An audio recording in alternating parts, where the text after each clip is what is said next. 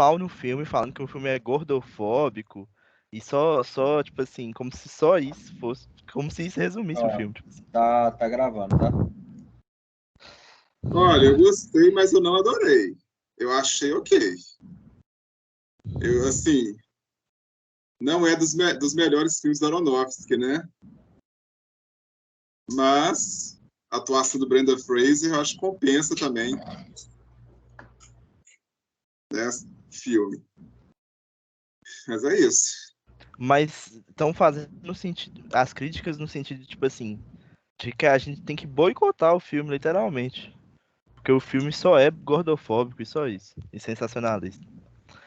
Não, e tipo, não é qualquer pessoa. O Pablo Villar, são os críticos, assim, renomados aí que estão falando esse tipo de coisa.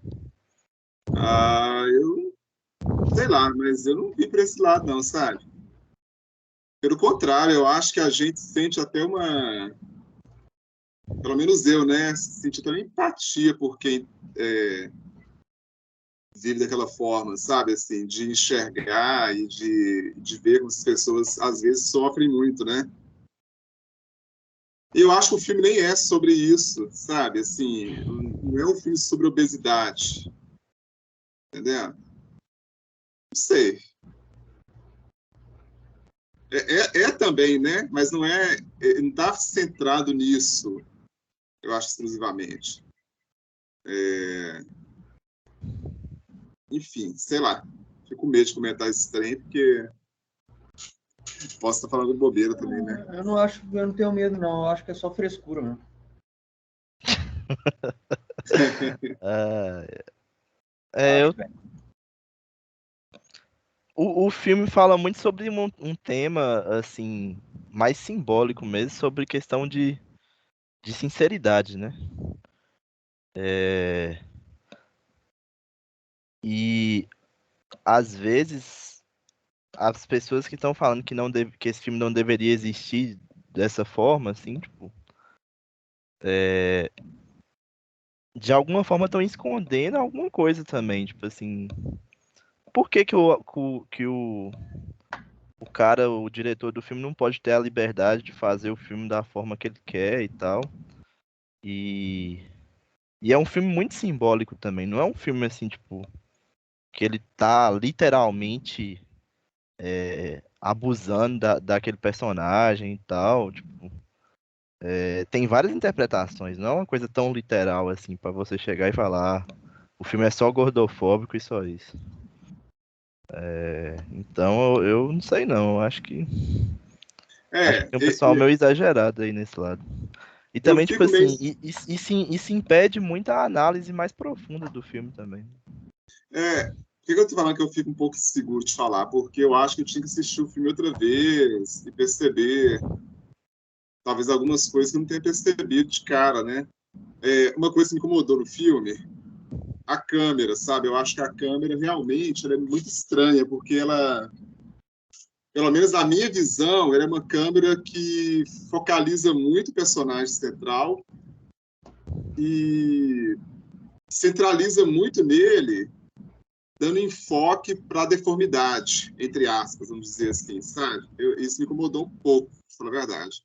Mas eu não sei se foi uma visão minha deturpada, se eu vi errado.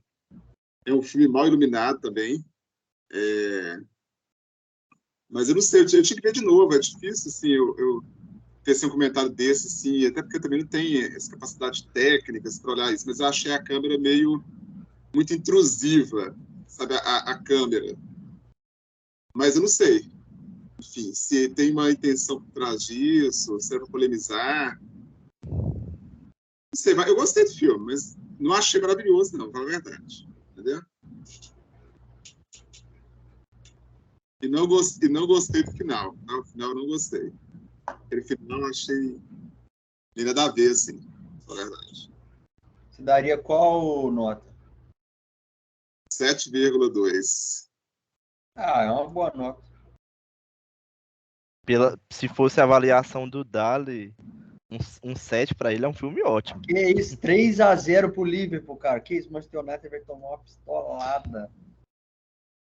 Enfim, vamos continuar, porque foi muito chocante aqui. Só para contextualizar, que o Manchester United é o time que mais venceu desde que a Copa terminou, ou seja, o time está muito bem. E ele está tomando uma pistolada pro Liverpool, que é um time que tá horroroso. Mas tá tudo bem. Cara, vou falar assim, eu tô até procurando aqui também o negócio do Pablo Vilas, que o Ana falou. Eu vi que é uma crítica no Letterboxd que ele fez, né? E eu tô terminando de ler aqui ainda. Vocês sabem que eu sou um cara meio direto. A minha opinião, talvez, sobre esses assuntos, ela vai ser meio ácida, né? Cara, eu falei, eu acho uma baita de uma frescura isso. Nossa, uma baita de uma frescura. De verdade, assim, muita, muita, muita frescura. O que você pode analisar é que, tipo assim, beleza, tal filme com tal temática foi produzido. Que tipo de impacto ele pode causar? Na verdade, o que importa nem é que impacto ele causa, sim é um filme, cara. É um filme com uma ideia, e aí você bota ele para rodar, você contrata os atores, você cria o script, o roteiro, e bota os atores para atuar, e você entrega isso para o cinema, e vê se as pessoas se divertem assistindo o filme ou não.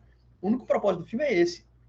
Agora, o cara querer ficar prescutando ideias de tal coisa vai acionar tal gatilho, pelo amor de Deus, o cara só tá. Aquele filme. Quando a pessoa ela cria um filme, ela não está criando nada de fato. Ela já só está reproduzindo elementos que já existem no mundo. Ela só está fazendo novas combinações de coisas que não existiam, mas elemento novo ela não cria. Ou seja, a temática que está ali, o tamanho do gordo que está ali, o problema que o suposto gordo do filme está passando, eles já existem. Ele só está sendo representado de uma nova forma. Mas, por exemplo, se esse filme não tivesse existido, as ideias que eles estão rechaçando agora, elas continuariam existindo, só que sem eles verem. Então, tipo assim, o problema não é a questão de ser criada, é ela ser exposta, e aí a pessoa, como ela é paga para dar opinião, ela vê um negócio e ela quer dar a opinião dela para parecer que ela é moralista, tipo, que ela tem consciência social. Mas a opinião dela, de fato, não está produzindo nada de benéfico para a sociedade. O filme, ele pode até ter um problema ou outro, mas pelo menos ele vai divertir milhares ou dezenas de milhares ou centenas de milhares de pessoas. E a opinião do cara é só uma opinião que vai ter uns idiotas que vai concordar e vai ter várias outras pessoas que vão falar, caguei o que esse cara falou aí também, vou assistir o filme, é isso. Então, para mim, é só uma baita uma frescura mesmo. Eu acho que é muito na questão que eu falei, assim, que o filme, eu acho que ele é muito simbólico também. Então, não é tão simples assim Não, exato. E outra chegar. coisa, por exemplo, vocês têm alguma dúvida? Isso, assim, eu vou falar porque a gente sabe que praticamente tudo que existe divide opiniões, né? É muito difícil você ver assim uma coisa 100% unânime, seja para um lado negativo ou para um lado positivo. Vocês têm alguma dúvida de que existem várias pessoas obesas que podem ter assistido o filme e podem ter gostado, tipo, não viram nada de problema? Com certeza as pessoas existem. Então, assim, para que eu vou me importar com Pablo Vilaça que falou, que o negócio é gordofóbico? Não, Da mas mesma forma que se eu quiser, eu posso. E o Pablo que eu falo é um exemplo que você citou. Com certeza existem várias outras pessoas, como você disse, que problematizaram também. Sendo que se eu quiser, eu posso encontrar outras pessoas que vão falar exatamente o contrário.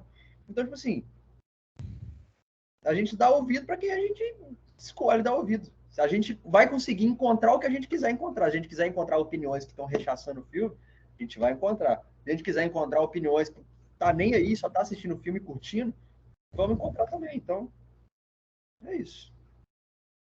Agora que eu acho frescura, eu acho. esse negócio de crítica de cinema é um negócio assim muito complexo, velho, porque eu nunca sei quando, tipo, quando um cara odiou um filme por causa da opinião dele ou se é por conta de um aspecto técnico, sabe? Sim, Porque é exatamente. muito, é muito difícil você saber, porque às vezes o cara tá falando ali um monte de coisa técnica, mas nada disso realmente prova que tudo que ele tá falando é realmente, tipo, por conta da técnica do filme ou se é por conta que ele simplesmente odiou o filme por conta da opinião dele. É. Então é muito difícil saber. Tanto é que você vai ver a crítica de um filme, vai ter um crítico que fala uma coisa e outro que fala outra. Então esse negócio de crítica, pra mim, é um universo bem complexo. Não, e outra coisa, se a opinião dele, que ele está tentando expressar através da crítica, realmente fosse uma opinião sólida, ele estaria fazendo algo a respeito da realidade concreta e não expondo isso numa crítica no Letterboxd. É simples assim. E tipo Ele realmente assim, estivesse preocupado com isso, entendeu? eu, por exemplo, eu gosto do Dali por causa das opiniões dele são bem ponderadas, assim, sobre os filmes. Mas geralmente, tipo assim, se ele gosta de um filme, eu vou lá e vou assistir o filme, eu tenho quase certeza que eu vou gostar. Agora, se ele não gosta de um filme, eu também não vou pegar tipo assim, ah, eu não vou assistir um filme só porque esse crítico aqui não gostou. Porque às vezes o filme que ele não gosta, eu vou gostar. Agora, os filmes que eles geralmente gostam, geralmente são filmes muito bons mesmo. Mas é complicado. O Anderson preferiu não falar. Não, é o que eu falei no começo. Mas eu tô bem sonolento também, gente. Repara não. Dia de domingo, né? Nossa, hoje tô com sono da neta, mas tô ligado, né? Hoje eu tô bem para baixo também. Hoje é um dia que só dá vontade de ficar na cama, sabe? Mas pelo menos esse compromisso aqui a gente tem que fazer, até porque é uma coisa que diverte a gente lê o conto é muito bom, a gente conversa, se vê, então é massa. Mas hoje é E aquele aí, famoso dia da preguiça, sabe? Com certeza. a gente podia começar com o Yuri falando e tal, por que que ele escolheu o conto. Cara, eu escolhi, não faço a menor ideia, não lembro. Minhas escolhas são completamente aleatórias. Às vezes eu lembro que contos passados que eu escolhi, vou escolher os contos. Eu vou no Google, jogo lá melhores contos, pego uma lista lá de 100 e vou escolhendo números aleatórios ou títulos que eu achei interessante, que chamaram minha atenção. Ou algum autor lá que eu já. Por exemplo, quando eu escolhi aquele do Ray Bradbury, eu vi lá, tá uma lista de centenas de contos, aí eu vi lá Bradbury. É isso, vou pegar esse do Bradbury. Foi isso, é assim que eu escolho. Então, esse aqui eu nem lembro de verdade. Eu acho que o que me fez escolher foi o nome. Diga a eles que não me matam. Achei massa o nome. E aí eu escolhi o nome. Eu escolhi o conto. Agora, cara, é um conto curto, né? Mas desde das primeiras frases ali eu já fiquei retido. Eu gostei. Porque tem muito essa questão, apesar de que, claro, existem obras que vão ao contrário disso que eu vou falar também. Mas a gente sabe que geralmente para que uma pessoa ela fique retida em um certo conteúdo, seja ele um conteúdo de texto, como um livro, um conto, uma poesia, seja um filme, um vídeo no Instagram, qualquer tipo de conteúdo que é produzido, tem aquela questão de no começo você já, de certo modo, quebrar algum padrão, você, de certo modo, surpreender logo ali nos primeiros segundos, nas primeiras linhas, para você já gerar um diferencial na pessoa que está lendo e isso prender a atenção dela. Então, quando uma coisa que eu vou ler começa assim de uma forma não muito esperada, já começa com algum conflito, já começa meio que no clímax, é algo interessante, porque você fica assim, caramba, o que vai acontecer daqui para frente? Agora, tem vários outros casos, né, de livros que começam assim, bem morninho, demora páginas e páginas e parágrafos para começar a desenvolver e você entender o que está acontecendo. A gente, claro, como nós somos leitores, estamos acostumados com isso, a gente continua lendo. Mas com certeza é mais excitante começar a ler uma coisa que desde o início já está te prendendo. Desde o início ela já bota ali algo na sua frente para você tentar entender. Então eu sinto que foi o caso desse conto, até porque assim ele tem que ser, pelo fato do seu tamanho, né? Ele é curtíssimo, então nem teria muito tempo exatamente para desenrolar o conflito, ele já começa ali na primeira linha. E me chamou a atenção, porque é esse tema que envolve morte, e aí ao longo do conto a gente vai vendo que envolve assassinato, envolve vingança, e me chamou muita atenção também a forma como o cara vai narrando, né?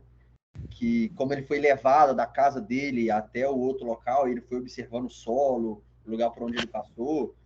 E, cara, é um conto curto. Eu não anotei tantas coisas, sabe? Até porque nem tem tantos tópicos assim para serem destacados. Mas os tópicos que dá para ser destacados, que deram para ser, eu acho que dá para a gente ter uma discussão legal sobre eles. Por exemplo, eu mesmo pensei aqui alguns exemplos.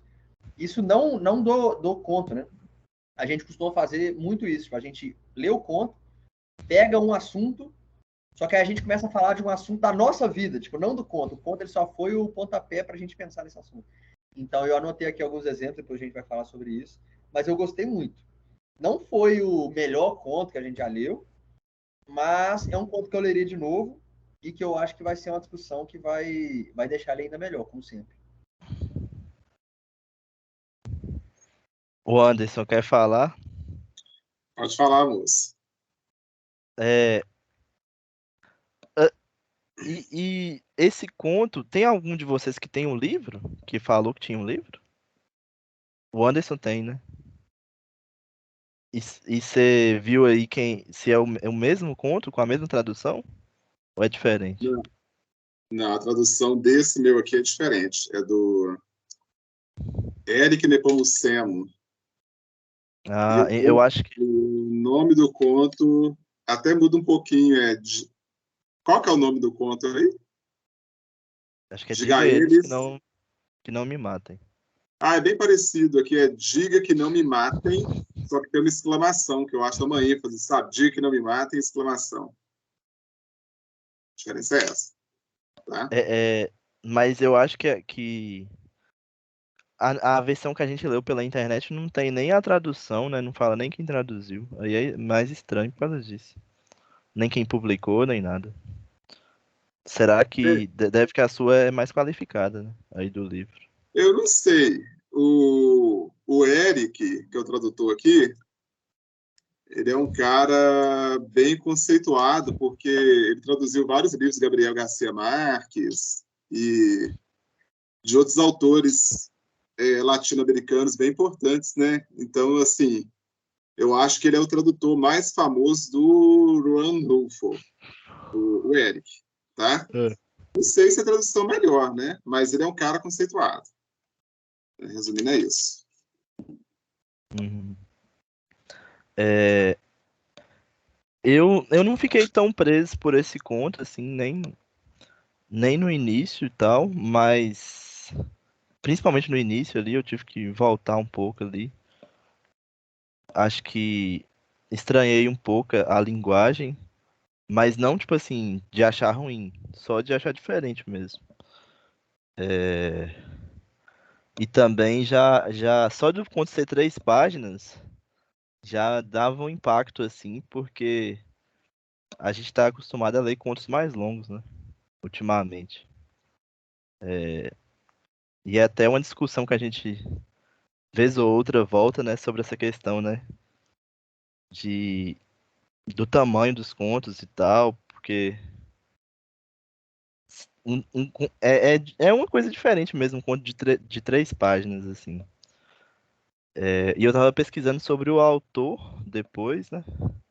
E vi que a maior característica dele, assim, ao longo da vida foi de ele ter publicado pouca coisa e, tipo assim, os contos que ele publicou também são muito curtos, né?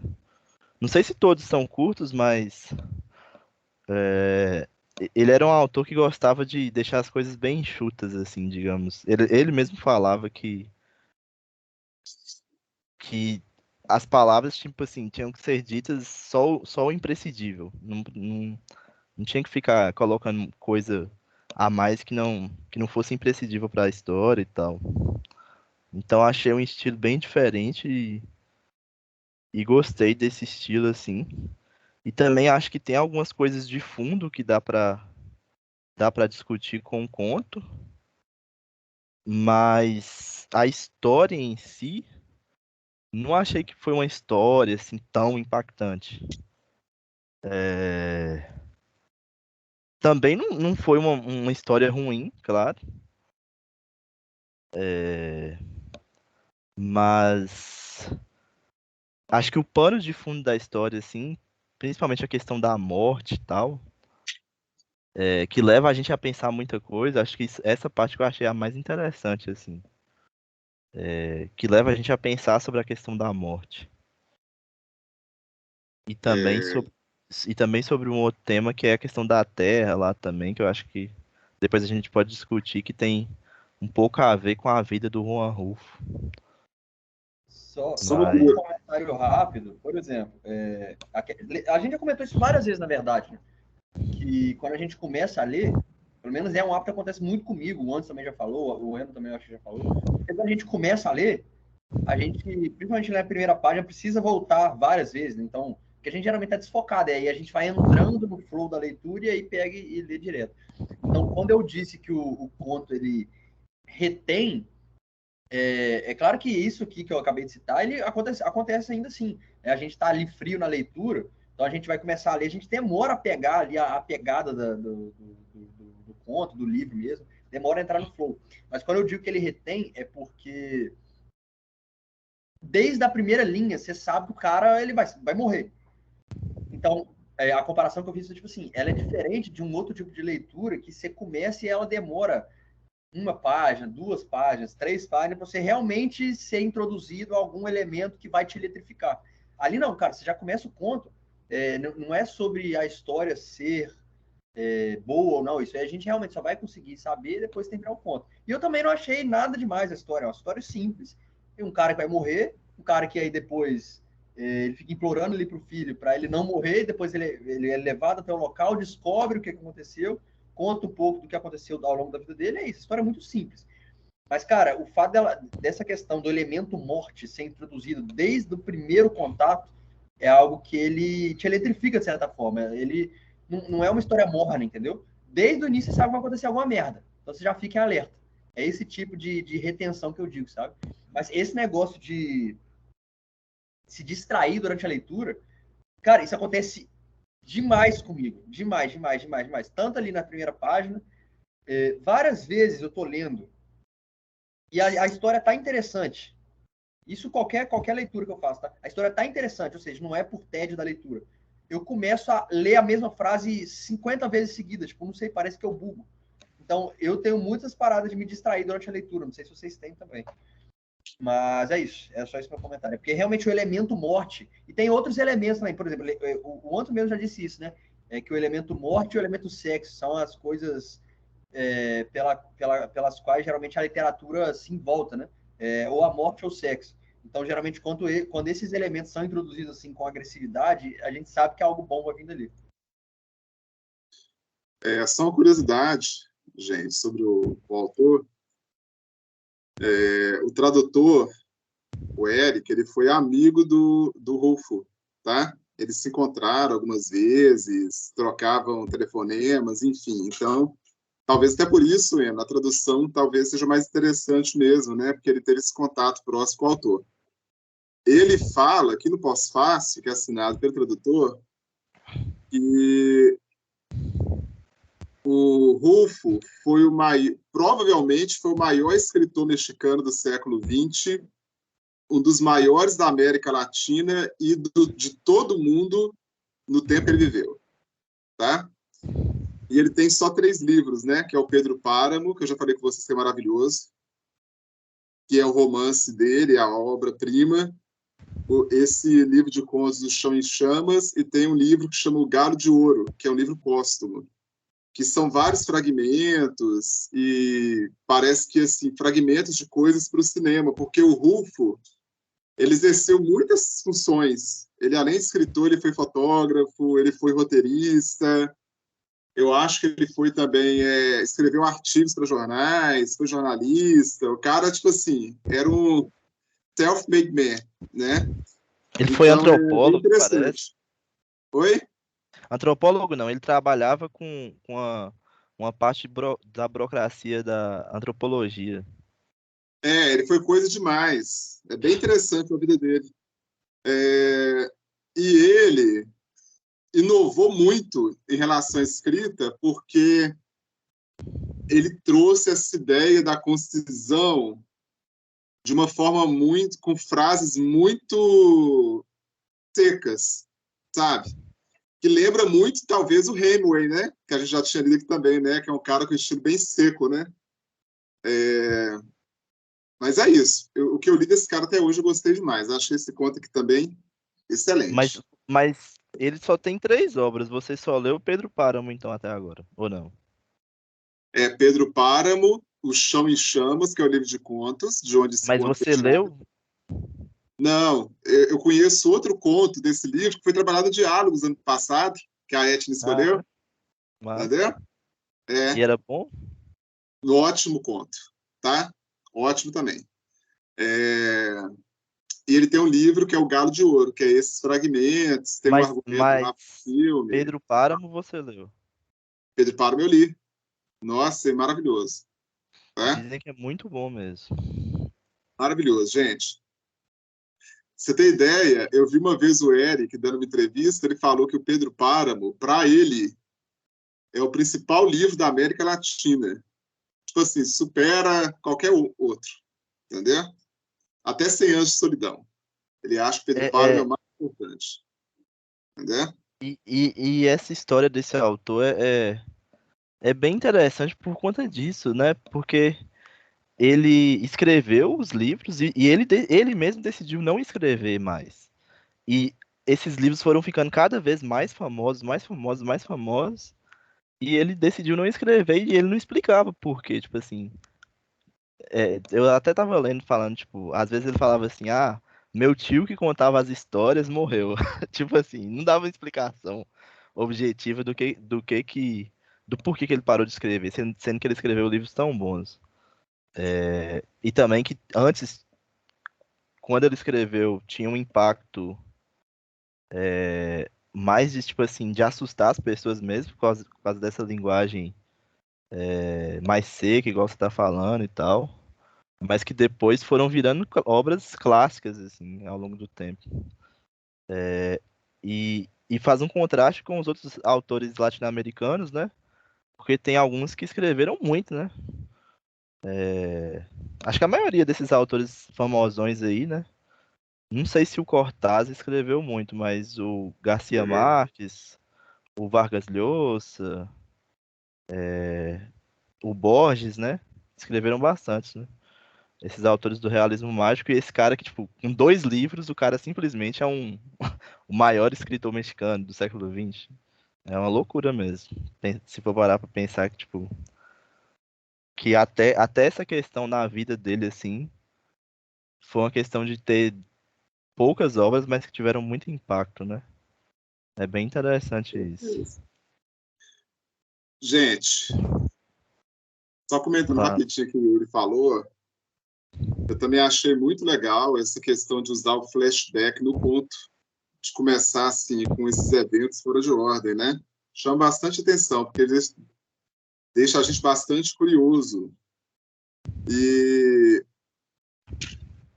uma, e começar com diálogo, né? Que também não é uma coisa tão comum assim quanto a gente vê diálogos e um conto iniciar com um diálogo, né? Eu achei bem interessante isso também. E me chamou muita atenção porque assim, eu não sei vocês, a, não é que eu senti pena do personagem, não é que eu senti pena dele, porque ele fez uma coisa errada, beleza. Só que ele não esboça, eu acho que desde o início do conto, fica claro que ele não esboça arrependimento, sabe? Eu acho que isso está nas entrelinhas. E aí, no início desse conto, para mim, aí talvez não sei se vocês notaram sobre isso, quando o filho dele, que é o Justino, né, fala assim, quem vai cuidar da minha mulher e dos meus filhos? Ele fala a providência divina, Justino. Eu achei isso aqui até assim, irônico, o pai falar isso para o filho, que a providência divina ia cuidar dos netos dele. Então, assim, se ele não está preocupado, né, nem com os próprios netos, o que dirá dos filhos lá do cara que ele assassinou, né? Então, achei assim, essa fala dele muito interessante, porque revela muito sobre quem é esse personagem, né? Um cara, assim, frio, sabe? Um cara bastante frio. Eu acho que isso dá meio que o tom do conto, sabe? Assim, para você seguir e já faz a gente ter uma leitura diferente do que vai vir. Então, achei colocar isso no começo bem interessante, entendeu? Mas deixa eu falar que tem muita coisa para falar aí.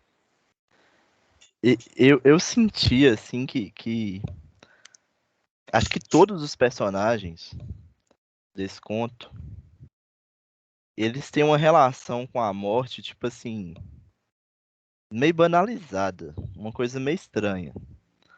Porque o próprio Justine, né? Que é o filho lá do cara. Tipo assim, ele não tá tão preocupado assim que o pai dele vai morrer. Ele tá preocupado mais com a morte dele do que do pai dele, tipo. Porque sempre tem essa questão, né? Tipo, em histórias, assim, da literatura no geral, o herói, ele faz um sacrifício e tal pra tentar salvar outra pessoa e tal. Sempre tem essa questão do sacrifício. E aqui parece que as pessoas não tão preocupadas com essa questão de fazer um sacrifício para poder salvar alguém. Nem esse próprio cara, ele tá mais preocupado com a vida dele do que com a vida desse pai dele, tipo. E meio que assim, meio que ele sabe que não pode fazer muita coisa, sabe? É como se já tivesse alguma coisa pré-determinada ali, que aquele cara já fosse realmente morrer e que se ele fizesse alguma coisa, só ia sobrar pra ele mesmo, tipo, só ia aumentar esse ciclo de vingança, assim, digamos.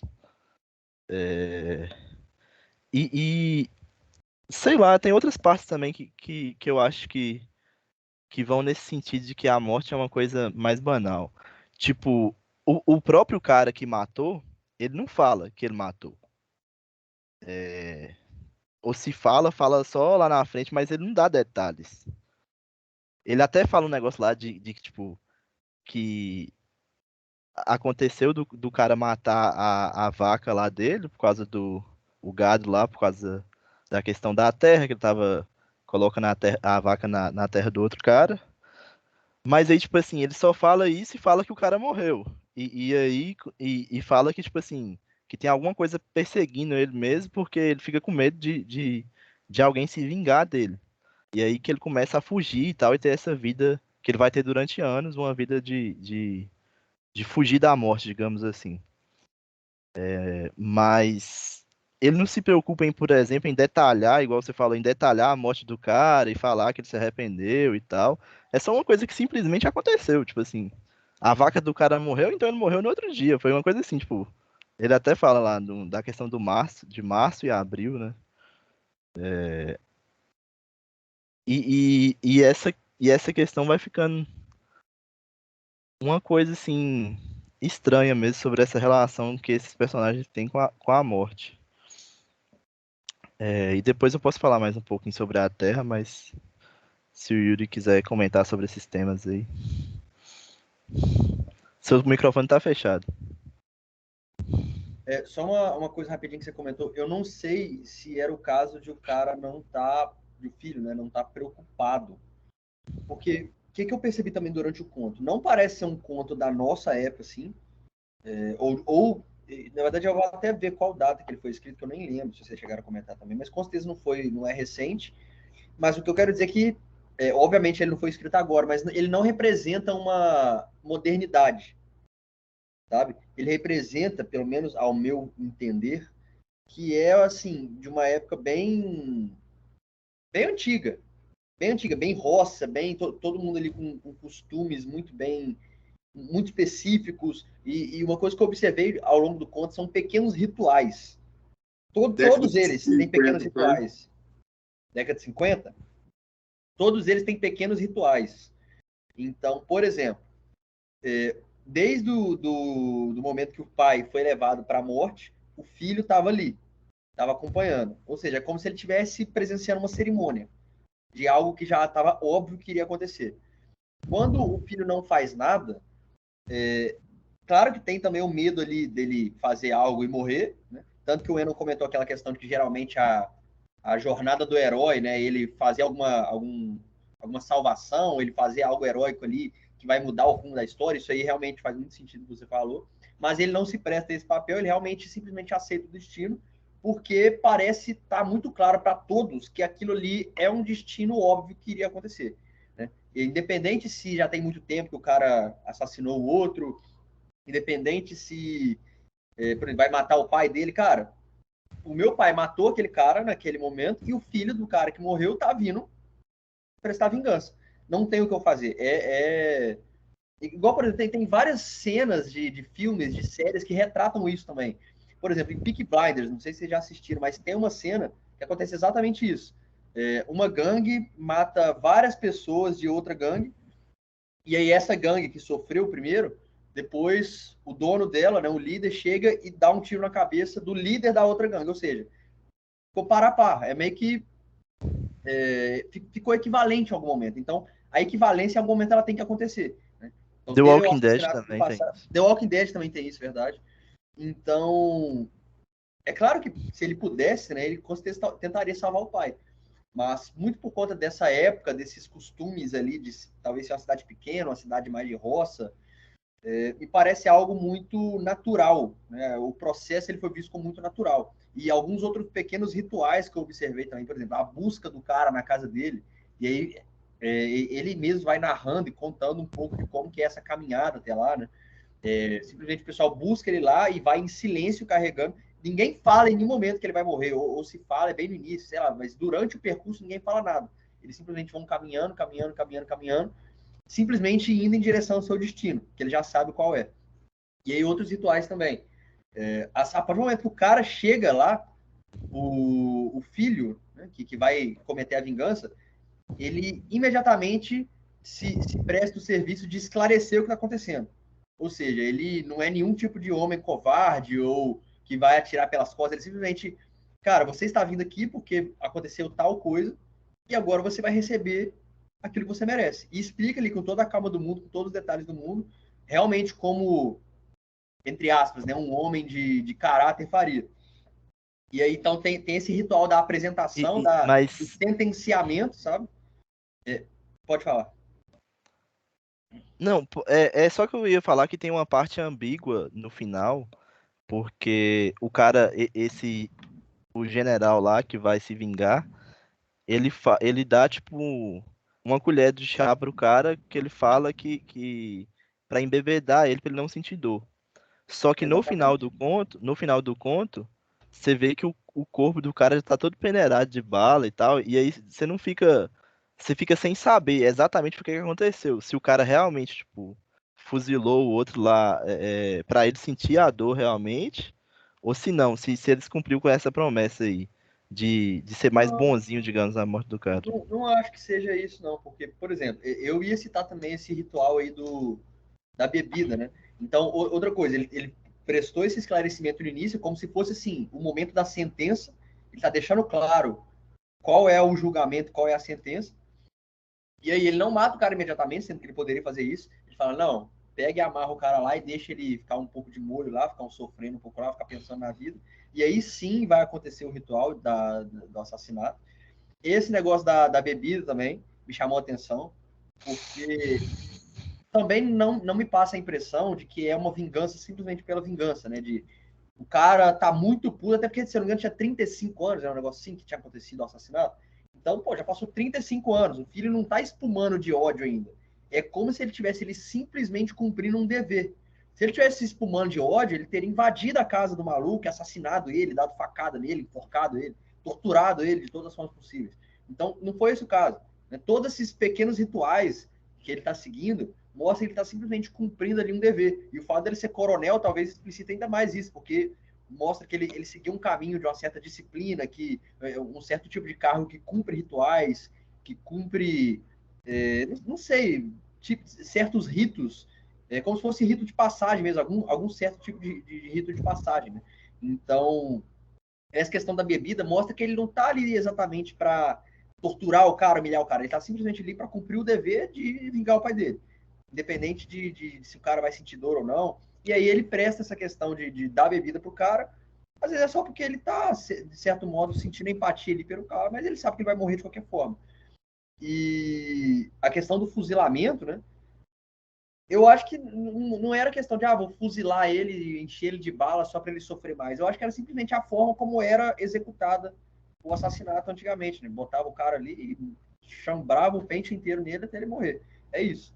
Mas não acho que tenha sido ambíguo, porque deu bebida para ele sentir menos, mas aí encheu ele de bala para ele sentir mais. Até porque, cara, nas primeiras balas o cara ia estar morto já, nem ia sentir mais nada. Então, o fato dele descarregar o resto do pente não significa que ele vai sentir mais dor, é só como se fosse um ritual mesmo. Eu vou descarregar o pente inteiro nele, sabe? E uma coisa que eu achei muito interessante também, o filho estava ali desde o início, né? Viu provavelmente o cara ser assassinado, tampou a cabeça dele, né? porque ele tava todo furado. E aí falou aquela questão lá da família, de que o pessoal nem vai reconhecer, parece que ele foi comido por algum animal. Tampa a cabeça dele, bota em cima do cavalo e vai levando para casa. Ou seja, mais um certo ritual aí acontecendo, né? Do familiar presenciando isso desde o início, aceitando aquele destino e trazendo o defunto agora de volta de onde ele veio, só que agora morto. Então, eu achei bem interessante. O que me chamou atenção nesse conto, como eu disse mais uma vez, não é a história é muito simples, cara. É um cara que fez um assassinato e depois ele vai morrer por vingança. Isso é extremamente simplório, né? O andar da história. O que me chamou atenção foram os pequenos detalhes, como isso foi contado.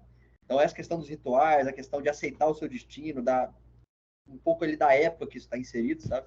Isso que chamou a minha atenção. Vou só comentar o final que o Enon falou aí. Para mim tem uma ambiguidade, mas no seguinte sentido, quando fala que ele levou tiros de misericórdia, tem essa expressão. Não sei se na tradução de vocês está assim, tiros de misericórdia. Eu acho Depois que tá. Tá assim? Aí eu fiquei pensando, por que o filho falou isso? Tiros de misericórdia. Porque ele não sofreu tanto quanto o pai do cara sofreu, porque o pai do cara sofreu durante um bom tempo, né?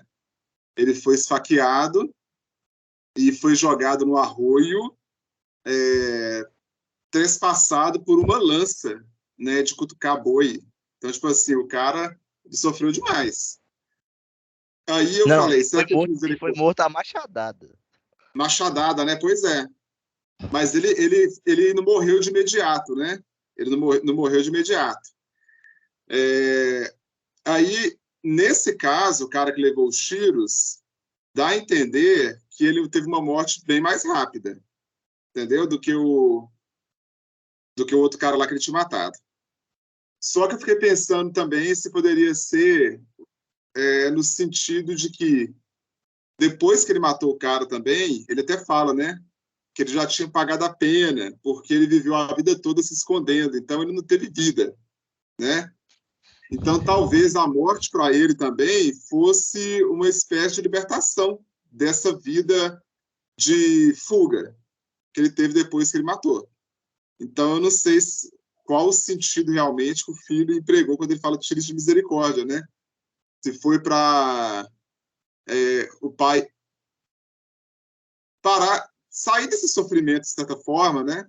Enfim, de ficar se deslocando, agora já era velho, com certeza deslocar para ele seria muito mais difícil, esconder as montanhas lá, ou se foi porque ele morreu rápido, ou se foram as duas coisas, né? Enfim. Eu não sei, mas eu tive a sensação de que esse cara que, que é o Juvencio Naves, que é o personagem principal, eu tive a sensação de que, tipo assim, de que de alguma forma tava tentando falar que ele teve essa vida de fuga da morte e tal, mas que não é uma coisa que convence, sabe? Que não era uma coisa pra convencer a gente e ficar tão consternado com isso, tipo, eu não senti essa empatia tão grande por ele, não, tipo, eu senti mais que, tipo assim, que tá bom que ele ficou fugindo e tal, mas não me convenceu muito essa narrativa que vinha dele mesmo, assim, tipo, essa narrativa de que ele já pagou, digamos assim, pelo assassinato por estar fugindo. E tanto é que você falou, assim, que parecia que ele não tinha se sentido culpado, que é uma questão importante também. Que, tipo assim, você não vê ele, assim, com a consciência totalmente pesada por causa do que ele fez e tal. Tanto é Não, que não, a morte parece uma coisa muito mais natural. não. Empatia eu não tive também, não. Tanto que no começo do conto eu falei que ele já faz uma leitura diferente, né? E quando ele é capturado, eu nem sei se a gente pode falar que ele é capturado, você vê que ele não é nem algemado, né? Ele vai por conta própria, sem algema, porque é o que o Yuri falou. Já parecia um ritual mesmo, eu estava esperando que aquilo fosse acontecer uma hora, né? Então era, Sim, sim, mas entendeu? eu tô querendo dizer assim, não tô querendo dizer que você falou isso não, mas eu tô querendo dizer assim, que de alguma forma eu acho que ele se beneficiou desses anos de vida dele, entendeu? Tipo, que o cara lá morreu sofrendo e tal, lá com esses machadados e tal, com vergalhão que atravessou ele lá, mas e que esse cara, sei lá, tipo assim, ele meio que saiu impune, assim, ele, de alguma forma ele aproveitou a vida dele, de viver mais. Tipo assim, não me convenceu muito essa narrativa dele de que ele ficou realmente fugindo e tal. E aí eu não sei se era pra ter esse efeito realmente no conto, né? É, E vocês querem comentar sobre isso? Ah, eu acho. Não, eu entendi o que você falou agora.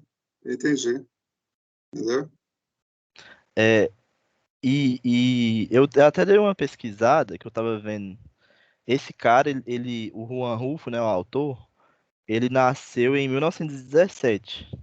E em 1917, no México, foi numa época que tava em plena Revolução Mexicana lá, né? E o México sempre teve umas questões muito particulares, assim, de violência, inclusive, né? E até que o Yuri falou essa questão do fuzilamento, era realmente uma coisa que aconteceu diversas e diversas vezes no México, dos caras da Revolução serem fuzilados. Não só os da Revolução, né, mas os próprios ditadores do México também serem fuzilados nessas guerras civis que tiveram no México, né? E na época que esse cara nasceu, já tinha acontecido muita coisa no México. No século XIX, o México perdeu uma parte importante do território para os Estados Unidos, né? Primeiro teve a Guerra de Independência do México, né? Que o México ficou independente da Espanha e tal. Mas depois teve essa questão dos Estados Unidos tomar uma parte importante do território, né? Que era o Texas, a Califórnia inteira, e a parte de alguns outros estados, o Novo México, Utah, parece, e alguns outros estados ali que eram os estados do México. E aí sempre teve essa relação conturbada com os Estados Unidos. E teve uma invasão francesa depois, até o imperador Maximiliano, que virou imperador do México do nada também. Tem umas histórias assim bem interessantes e sangrentas no México. Esse imperador foi fuzilado. E na Revolução Mexicana tem tudo a ver com essa questão de terras também, né? E com outras questões políticas ali. E pouco depois desse cara nascer, desse autor nascer, foi na época que os principais líderes da Revolução Mexicana foram assassinados, né? Que eram o Pancho Villa e o Emiliano Zapata, que foram os principais líderes lá. E sempre teve uma questão de alternância de poder depois de presidentes que foram assassinados e tal, e vários golpes também durante essa revolução que foi por conta também dessa questão de terra que era uma questão muito importante. Tanto é que o México é um dos poucos países que realmente teve uma reforma agrária, uma reforma ampla agrária, mas que depois também isso voltou atrás, né? Retrocedeu com essa reforma depois de um tempo e tal. E é uma história bem complexa mesmo. E me chamou a atenção que tudo começa por conta de um conflito de terras ali, na verdade, né? Que o cara não tinha pasto e o outro tinha. Que é uma questão interessante que o autor coloca aí, nesse conto. E que, tipo assim, gera uma discussão também, né? Tipo, é, porque é errado o cara que sabe que a terra ali é do outro ir lá e quebrar a cerca do cara e colocar o gado no pasto do outro. Mas essa é uma questão que foi muito importante no México, né? Foi uma questão central, essa questão de terras, por conta de trabalhadores que sofreram muito mesmo por não ter, né? Não ter. As terras estavam concentradas na mão de grandes latifundiários e tal. E achei interessante que esse aspecto aparece no conto, além desses aspectos da violência também. Inclusive, só uma curiosidade, o conto que foi trabalhado no Diálogos foi um conto sobre terra. Ele chama A Terra que Nos Deram. E é excelente. Inclusive, na época, eu acho que comentei com você, que o Lenício até participou lá, falou um pouco sobre a Revolução Mexicana. Foi bem interessante. Ele fala sobre a terra mesmo, outro conto, sabe? Muito bacana. Uhum. E até hoje, o México tem uma questão de violência, assim, que é central, né? Por conta da guerra às drogas que teve lá, que é uma coisa mais recente. E, na verdade, desde o início da história do México, né? Porque tem toda a questão também dos astecas e tal. Os povos indígenas foram dizimados lá, que foi uma questão mais até premeditada, um genocídio mais premeditado, inclusive, do que os genocídios dos outros países da América Latina. Lá, que existiam métodos mesmo para assassinar os indígenas, métodos assim pensados mesmo. É uma coisa mais violenta, inclusive, do que e mais racionalizada do que foi nos outros países da América Latina, que é uma questão bem louca também. Mas só estava chamando a atenção para esses aspectos sobre o país que dão uma ideia de por que que a morte é um tema importante lá também, né? Um tema assim central. E eu acho que a parte desse conto que mais assim, não que mais me chamou a atenção, mas uma parte desse conto que assim, que eu fiquei pensativo também foi a forma como o cara morreu. E que só o filho do cara lá que falou, que antes não tinha sido dito no conto. Que tem a questão das machadadas e tal. Foi uma forma bem brutal mesmo. Você falou disso aí, tem um negócio que eu achei também bem louco, porque quando o cara pergunta para ele, né, que até então ele não sabia que o coronel era o filho do cara, ele pergunta se ele conhecia o pai dele, ele fala que conhecia, fala, ele morreu, né? Ele não fala que ele assassinou o cara. Ficou assim, assim. Não, e Aí foi você vê, engraçado. mas é mais uma questão do caráter do cara, assim, você vê que realmente ele não era uma pessoa, não era boa bisca, né? Resumindo, enfim. Então, eu achei interessante também isso aí, entendeu? Assim, a gente achou até um pouco de graça, assim, mas é um humor meio que uma via inversa, né? Eu acho que o conto ele tem isso também, esse humor meio macabro, assim, sabe? Também em alguns pontos chave. Só uma coisinha aqui, vou deixar, o Yuri, que eu vou comentar, antes que eu esqueça, depois você comenta, moço, que eu tô com medo de esquecer. Tem uma coisa nesse autor, aconteceu isso no Pedro Páramo, aconteceu isso nesse conto, no outro conto lá que eu tinha lido, que eu não sei se é uma característica dele, talvez seja, que eu não pesquisei nada. Mas parece que as personagens têm sempre um problema de comunicação, sabe? Nesse conto está mais sutil. Mas ainda assim, a impressão que eu tenho, mesmo quando o pai conversa com o filho, é que não é uma conversa que flui. Então, assim, há um entrave, há um ruído ali entre a conversa que é como se eles estivessem muito distantes, sabe? Isso acontece não só com o pai e o filho, mas, por exemplo, nesse conto, eu acho que a parte mais emblemática vai ser quando ele está indo lá para se encontrar com o coronel, aquelas pessoas estão levando ele fala e as pessoas são quase sombras, sabe? Parece que ninguém, é como se ele não tivesse ali. Então, é uma coisa bem fantasmagórica, sabe, assim, nesse conto, que no outro conto que eu li tinha isso também, e o Pedro Páramo é totalmente assim, bem fantasmagórico, sabe? Eu acho uma característica do autor, de colocar esses personagens como sombras, sabe? quase que comunicáveis. E talvez ele quer revelar alguma coisa sobre a cultura mexicana e talvez o povo latino-americano, de uma brutalidade que impede uma comunicação mais efetiva. Não sei se vocês conseguiram entender, ou se faz muito sentido, sabe? Mas... E o coronel nem aparece lá, ele fica tipo atrás de uma sombra também. Exatamente. Então, assim, eu acho que isso é uma coisa desse autor, sabe? Assim, do estilo dele, mas eu não cheguei a pesquisar se faz sentido isso que eu tô falando. Pode ser coisa da minha cabeça, tá, gente?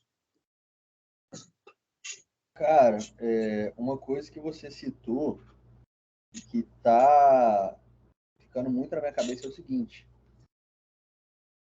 a todo instante a gente fica com a impressão de que é um cara realmente assim, covarde, né?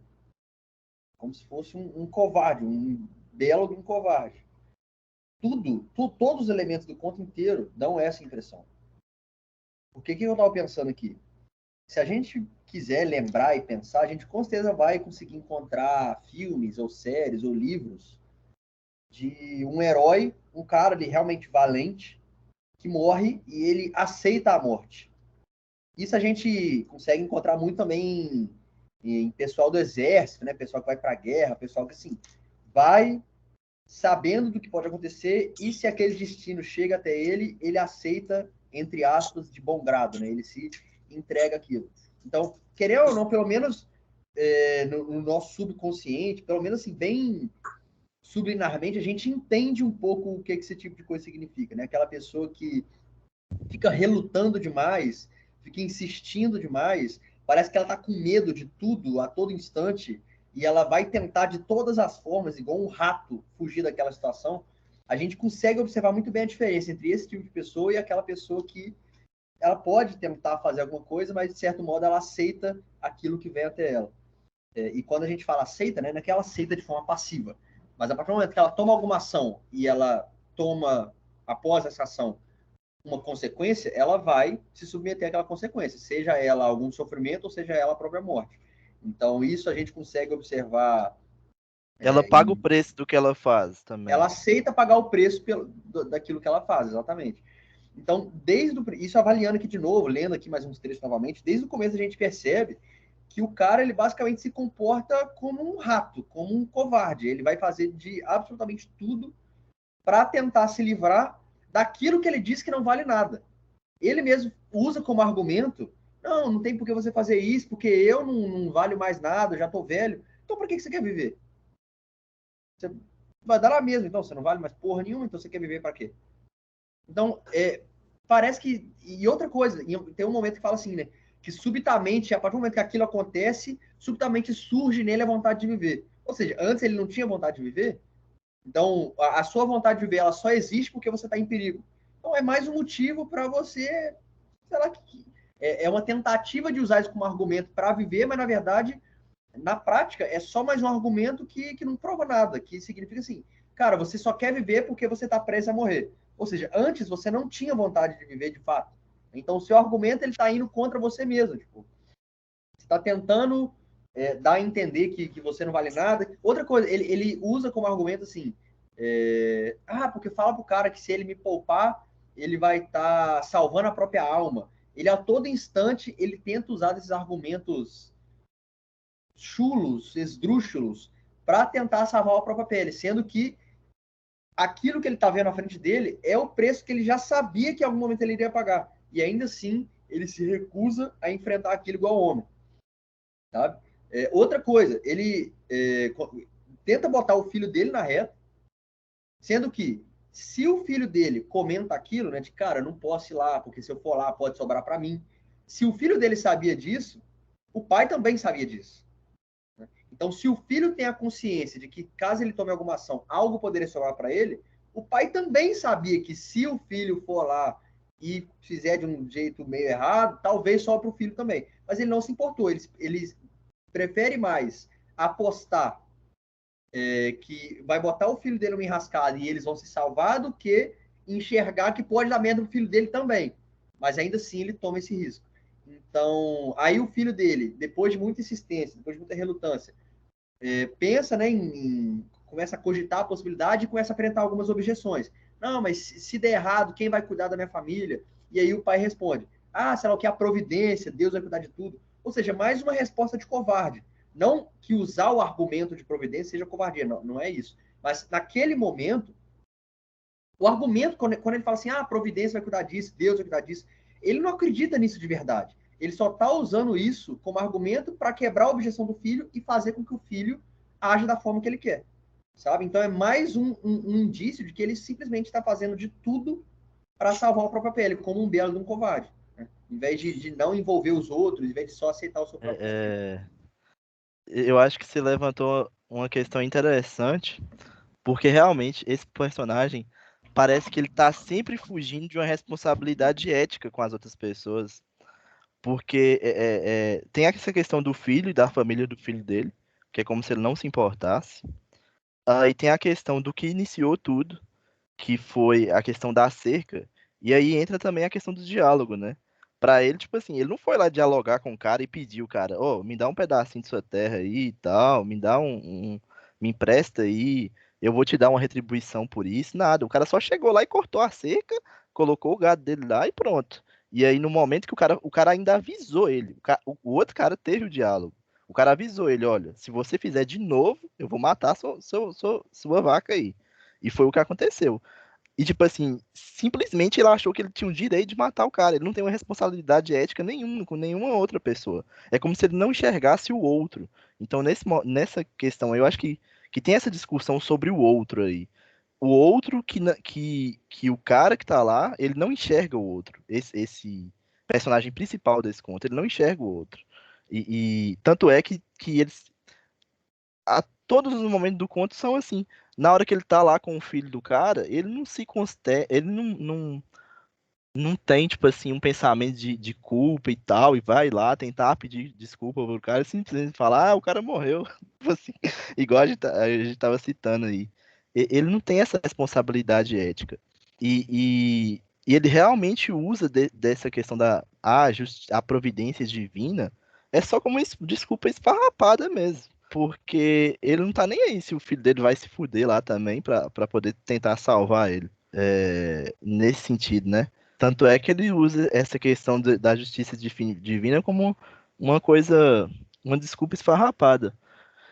E aí eu fico pensando que tem Ah, algum fundo um pouco. Pode falar.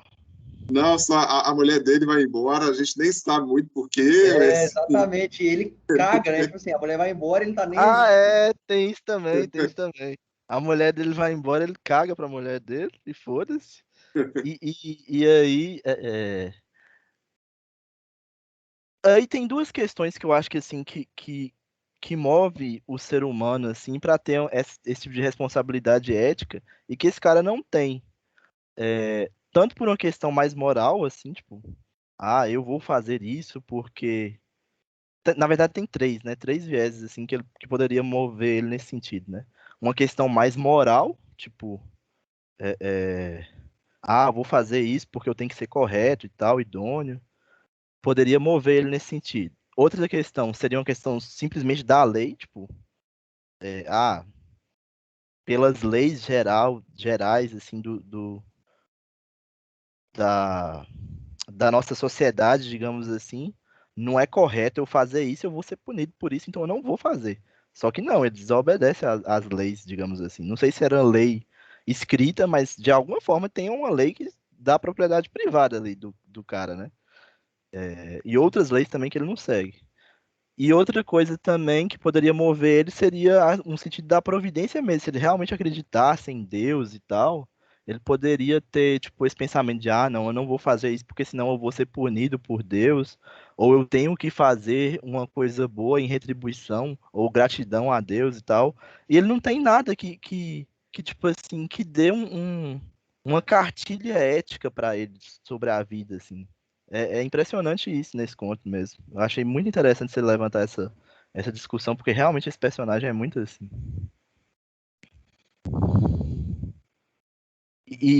Tipo assim, é uma coisa meio, como é que eu posso dizer?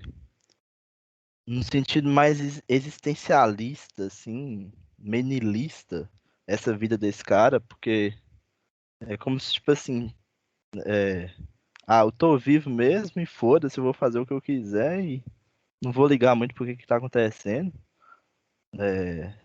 Se eu for punido ou não, uma hora vai acontecer isso, mas eu vou continuar vivendo minha vida aqui e foda-se. É bem interessante isso. Aqui, e tem uma coisa que eu acho legal, e eu acho que para o conto funciona muito bem, talvez mais para outros textos. Que eu acho que é uma regra assim, de escrita para o conto, sabe? Eu acho que o autor ele não tem que explicar, mas ele tem que mostrar de alguma forma. E nesse conto, a gente está percebendo esse cara por meio dos diálogos e das atitudes que ele teve, mas o narrador, em momento algum, falou fulano de tal é assim, e descreveu como que ele era, sabe? Mas a gente percebeu isso por meio de uma análise nossa como leitor, através dos diálogos e das ações. Eu acho que isso enriquece muito o texto, sabe? E, principalmente o conto. Eu acho que para o conto isso é muito vantajoso. E aí, sinceramente, eu adorei esse conto. Tá? Foi vocês, adorei, achei um conto, assim, excelente. Tá? Excelente. E ele é simples e, ao mesmo tempo, não, né? Assim, a gente está vendo que a gente conseguiu extrair muita coisa desse conto, apesar dele ter uma estrutura simples, né? Relativamente simples. Mas ele é muito efetivo, né, enquanto conto. Eu acho que a gente consegue...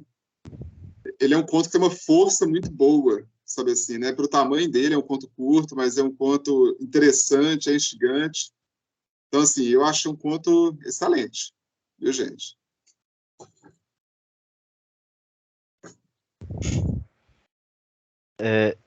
E, e- Só um comentário aqui. Eu acho que a gente está tão... O meu A microfone gente tá já leu mutado. tantos contos que automaticamente a gente vai ficando mais crítico, né? Sim. Acho que a gente está a gente tá com um olhar crítico muito mais apurado em relação a contos. Lógico, porque a gente já leu muita coisa diferente, né? Também. Tem uma pequena parte que eu acho que vou até ter que ler de novo, porque eu não tô conseguindo tecer muitos comentários sobre ela. Aquela parte, mais ali pro meio do conto mesmo, que fala que depois que ele assassinou o cara, ele meio que começou a fugir e ir pros montes, né? Pelo que eu entendi, é porque ele tava com medo de que alguém fosse atrás dele, e aí, frequentemente, as pessoas ao redor ali assustavam ele, falando que tinham forasteiros vindo. E aí ele se refugiava nos montes, ficava lá um tempo, e aí, na verdade, eles estavam só mentindo e iam lá e roubar ele. Isso que eu entendi. Foi isso mesmo que aconteceu ou eu entendi errado?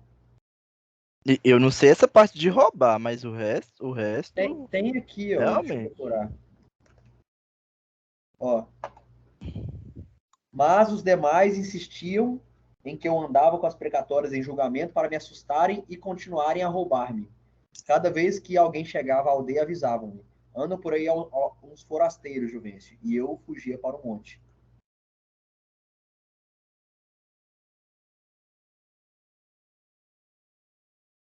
Mas eu não sei se. O Anderson poderia ler também a parte dele, mas eu não sei se é roubar no sentido. Não sei se é É, roubar no sentido literal, eu não. estou procurando aqui. É, só um pouquinho, gente.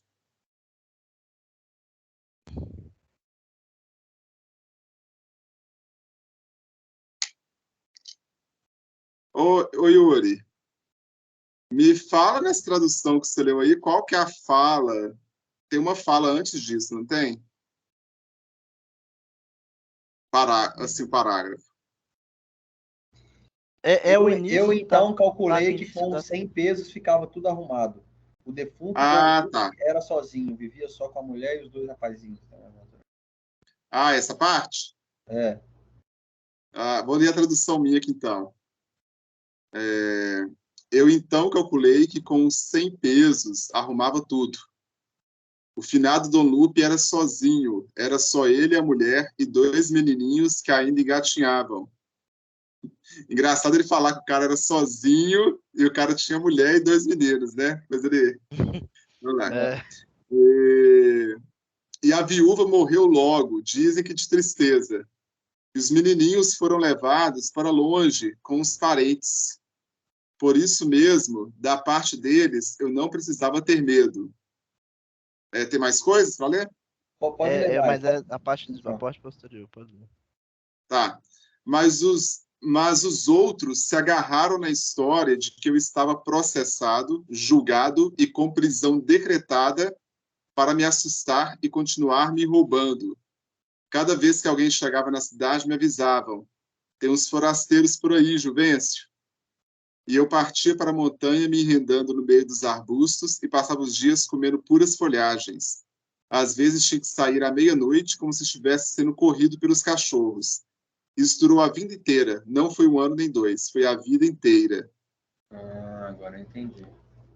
Eu acho que ele tava se referindo mais à justiça. A justiça, tipo assim, a polícia, alguma coisa assim. Não, e entendeu isso aí? Me veio na hora o processo, cara. Do Kafka. Na hora. Nossa, me veio na hora. Que é isso? Porque ele dava a entender que estava sendo processado e julgado. A qualquer momento ia acontecer alguma coisa, mas não tinha nada. Ou tinha e não aconteceu.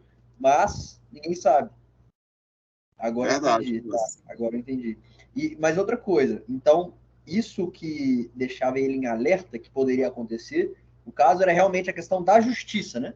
Porque, como o Anderson mesmo aí leu de novo, quando ele matou o cara, ele mesmo comentou ali que tinha só a esposa, que logo morreu, e tinha 2 filhos pequenininhos que não tinha com o que se preocupar. Então, pelo visto, em nenhum momento ele se preocupou mesmo com alguma coisa de vingança, né? Realmente com essa questão da justiça, né? Tanto que, tipo assim, talvez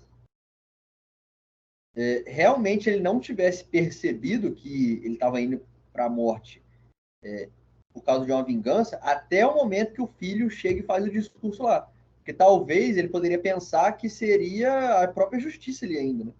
Até o momento até o momento que o filho faz o discurso ali, de que era o filho do cara que morreu. Eu E aí acho ele que percebe que é algo mais pessoal e não de justiça. o importante é que ele sabia que, tipo assim, uma hora ou outra ele ia sofrer algum tipo de punição. Aí fica meio ambíguo no conto se ele sabia que era uma vingança mesmo, ou se era uma justiça policial e tal.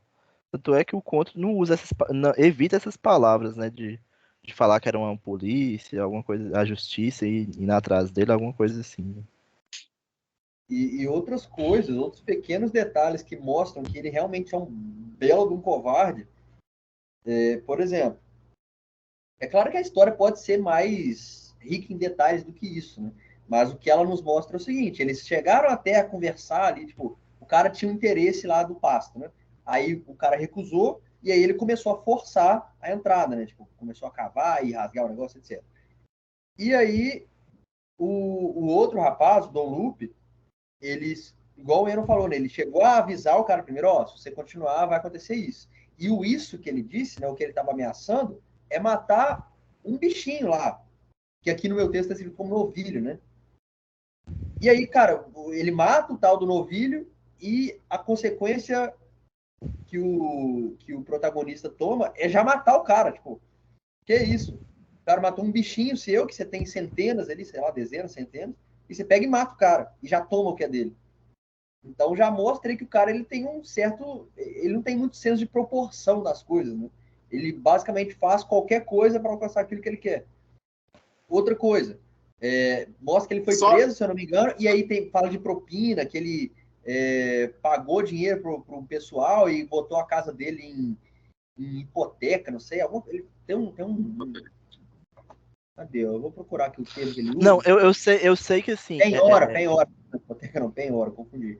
Ele também suborna todo mundo, sabe? Não, mas e a questão do assassinato do cara, ela não foi uma questão tão racional, assim, objetiva, racional.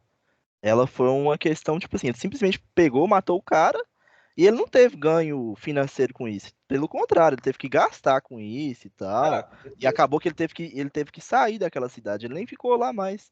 Então foi uma coisa muito assim avulsa, muito aleatória. Tipo, ele simplesmente pegou, matou o cara e ele Fazer não por teve fazer. nenhum. Ele não teve nenhum ganho econômico, digamos assim, com isso. Ele não pensou, tipo assim, que as consequências dele matar o cara ia ser, tipo, ele perder aquilo ali que ele tinha. E aí, fica João? aí fica aquela questão, né? Se ele tivesse sido preso quando era mais novo, talvez ele tivesse sido solto e continuasse vivo, e agora ele esperou, fugiu a vida toda e é assassinado no final com uma morte com requinte de crueldade, né? E você fica pensando assim, o que teria acontecido, né? Se ele tivesse pensado ou agido de forma diferente, sido uma pessoa que, que pagasse pelos seus erros, né? Enfim, aí fica essa questão também assim aberta. Agora tem um negócio interessante, tem uma parte que ele fala que da esperança também, que eu fiquei bem intrigado, porque por mais que ele esperasse, eu acho que a punição, ele tinha uma esperança também de que ele sairia ileso, né? Porque ele até falou assim, talvez eles vão pensar em outro Juvenal lá, de outro lugar, que não seja eu. Ou seja, o cara criou essa ilusão e assim, ele ficou achando que poderia acontecer até um milagre, né? Ali para ele talvez se livrar. Achei isso interessante também, sabe? Que eu acho que isso é bem de ser humano, sabe? De pensar dessa forma também, assim, de que as coisas podem se reverter e tal. Sim. Eu também achei interessante essa parte aí da esperança, eu também lembro que eu fiquei pensativo, mas eu vi essa esperança dele como uma esperança meio diferente. Eu não vi ela exatamente como uma esperança daquela das boas, né? A esperança benéfica, aquela que a gente se orgulha. Eu vi a esperança dele como mais um indício da covardia dele. Ele, mais uma vez, imaginando possibilidades de fugir e de postergar o que ele merece. Então, ele mais uma vez tentando encontrar caminhos, né? Mais uma vez tentando se comportando como um rato de novo. E tinha uma outra coisa que eu tinha notado. Eu ia falar da questão do fuzilamento. O que eu estava pensando aqui? O Enon tinha citado aquela questão da ambiguidade, né? Que o cara falou que queria ser, de certo modo, ali bonzinho, né? Para não fazer o cara sofrer tanto, mas ainda assim pega e fuzila o cara inteiro. Aí eu falei, não acho que seja questão de ambiguidade. Eu acho que ele realmente quis dizer isso, né? Que poderia dar bebida pro cara sofrer menos, até porque se ele quisesse que o cara tivesse uma morte fodida, ele teria feito. Então, ele tá ali simplesmente para cumprir o papel que ele tem que cumprir, o de executar o negócio e acabou. Mas, eu acho que a questão do fuzilamento, ela serve como um recado. Ou, não só como um recado, mas também como, assim, a destruição completa da única coisa que aquele cara vai deixar, que é o corpo dele. Então, assim, ele pode muito bem ter dado bebida pro cara ainda vivo não sentir a dor física, mas a única coisa que aquele cara vai deixar é que a alma dele vai embora, a vida dele vai embora, ele vai deixar de existir. Mas o corpo dele ainda vai ficar lá. Ele poderia muito bem pegar e dar um tirinho aqui, ou dar um tirinho no coração, e o cara ia ficar lá, em plena forma, né? Claro que depois ia ser enterrado, ia decompor, mas não é isso. Mas a primeira vista que a família ou as pessoas conhecidas iam ver é de um cara morto, mas só com um furinho aqui, assim, sem muito estrago, né? Mas não, ele faz questão de basicamente mutilar qualquer tipo de visão que as pessoas poderiam ter daquela pessoa. Então, talvez até a memória das pessoas ele está modificando com esse tipo de comportamento. Né? Porque ele poderia deixar o corpo daquele homem de uma forma menos mutilada, mas ele não o faz. Ele estraga qualquer tipo de memória que as pessoas possam ter. Tanto que ou o cara vai ser enterrado com um saco na cabeça, sem o rosto ser visto, ou caso o rosto seja visto, ele não é o rosto dele mais, ele está completamente desconfigurado. Não só o rosto, talvez o corpo também, enfim. É até meio bizarro esse negócio, mas eu acho que passa por aí também, passar um recado, sabe? Eu senti também que o conto, tipo, tem um fundo, assim, de uma lição de moral, nesse sentido, de que, tipo assim, de que o cara, fez merda, você tentou fugir de sua merda e tal, você não acredita em Deus, não acredita, tipo assim, que alguma coisa vai fazer você pagar por isso, você tá tentando se livrar e tal, mas uma hora ou outra você vai pagar por isso, tipo assim, uma liçãozinha de moral, sabe, de, tipo, é, é, qualquer coisa que você fizer de ruim, uma hora ou outra você vai acabar pagando por isso, sabe, tipo, seja, e nem precisa ser, tipo, depois da morte, a morte foi uma forma dele pagar por isso de qualquer forma, sabe. Eu senti que tem um fundozinho de uma certa liçãozinha de moral aí. E além dessa lição de moral, eu acho que tem mesmo, Ana, esse é um aspecto de fatalidade, né? E eu acho que tem uma questão de ironia também, sabe? Porque, assim, o coronel ser o filho do cara que ele matou. Eu acho que, assim, como que a vida pode ser imprevisível, sabe? Assim, como você não pode prever o que vai acontecer e as coisas mais irônicas e inesperadas podem acontecer, sabe? Eu acho que o conto, eu achei muito interessante. Esse cara, seu filho, e a fala do filho, eu achei tão impactante, assim, Também achei. foi a parte que mais me impactou, sabe? Quando ele fala, aqui na tradução fala assim, olha, Guadalupe Terreiros era meu pai. Quando cresci, procurei, me disseram que estava morto. É difícil crescer sabendo que a coisa onde podemos agarrar para enraizar está morta. Aconteceu com a gente. Eu achei É, essa fala bem fodinha, e assim, eu sabe? senti que, sei lá, que como se tivesse alguma coisa superior ali a você que vai fazer, tipo assim, que vai corrigir as coisas. E, e o Yuri até citou esse exemplo da memória do cara que vai ser deturpada, deturpada não, vai ser colocada em seu devido lugar, corrigida, uma memória de que o cara fez alguma coisa ruim, ele pagou por isso. Não só a memória, mas nessa parte que o pessoal vai buscar ele, parece que é uma coisa meio fantasmagórica, igual o Anderson falou, que tipo, uns caras que nem conversavam com ele, parece que ele nem queria expor os argumentos dele para os caras, e depois que ele vai falar, sendo que ele já era daquele jeito, tentava fugir, mas inicialmente até ele tem um certo impacto assim, e ele não fala de primeira, não me matem e tal. Parece que ele mesmo toma um certo susto ali no início, com esses caras que é tipo umas sombras mesmo, que vêm buscar ele e levam ele pra esse coronel lá. E é uma cena meio assim, tipo um julgamento assim superior, uma coisa meio assim viajada mesmo, como se esse coronel fosse uma coisa que tivesse acima dele, assim. Tanto é que ele nem aparece lá na hora, tipo, o cara nem vê ele e tal, como se fosse uma coisa que tivesse, assim, acima mesmo, como se fosse quase um julgamento da providência, digamos assim. Eu senti um pouco disso também, nessa E, parte. só um pouquinho. Eu não sei se eu colocaria uma coisa voltada mais para o divino, sabe? Divino, assim, envolvendo Deus. Hum, Mas eu acho que talvez, pela questão do México, o México tem uma ligação muito grande com a morte. A gente até sabe que lá tem o Dia dos Mortos, que é muito forte, eles comemoram e tal. E realmente eles têm uma ligação muito grande com essa questão da morte. Aí eu fiquei pensando assim, como essa sombra, essa morte, talvez, vim buscar no momento, sabe, assim, oportuno.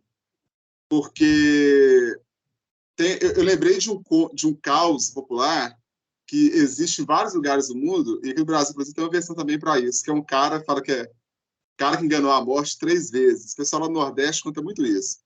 O cara foi enganando a morte, enganando, mas aí, tipo assim, você pode enganar a morte 2 vezes, na terceira, você não engana, que ela te pega.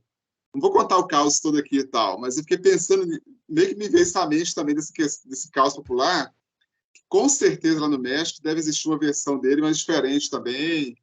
Eu fiquei pensando, tipo assim, a morte no final ela sempre vence, mais ou menos isso, sabe? Então, tipo assim, não adianta você fugir, que ela vai se antecipar a você e vai te pegar desprevenido em algum momento.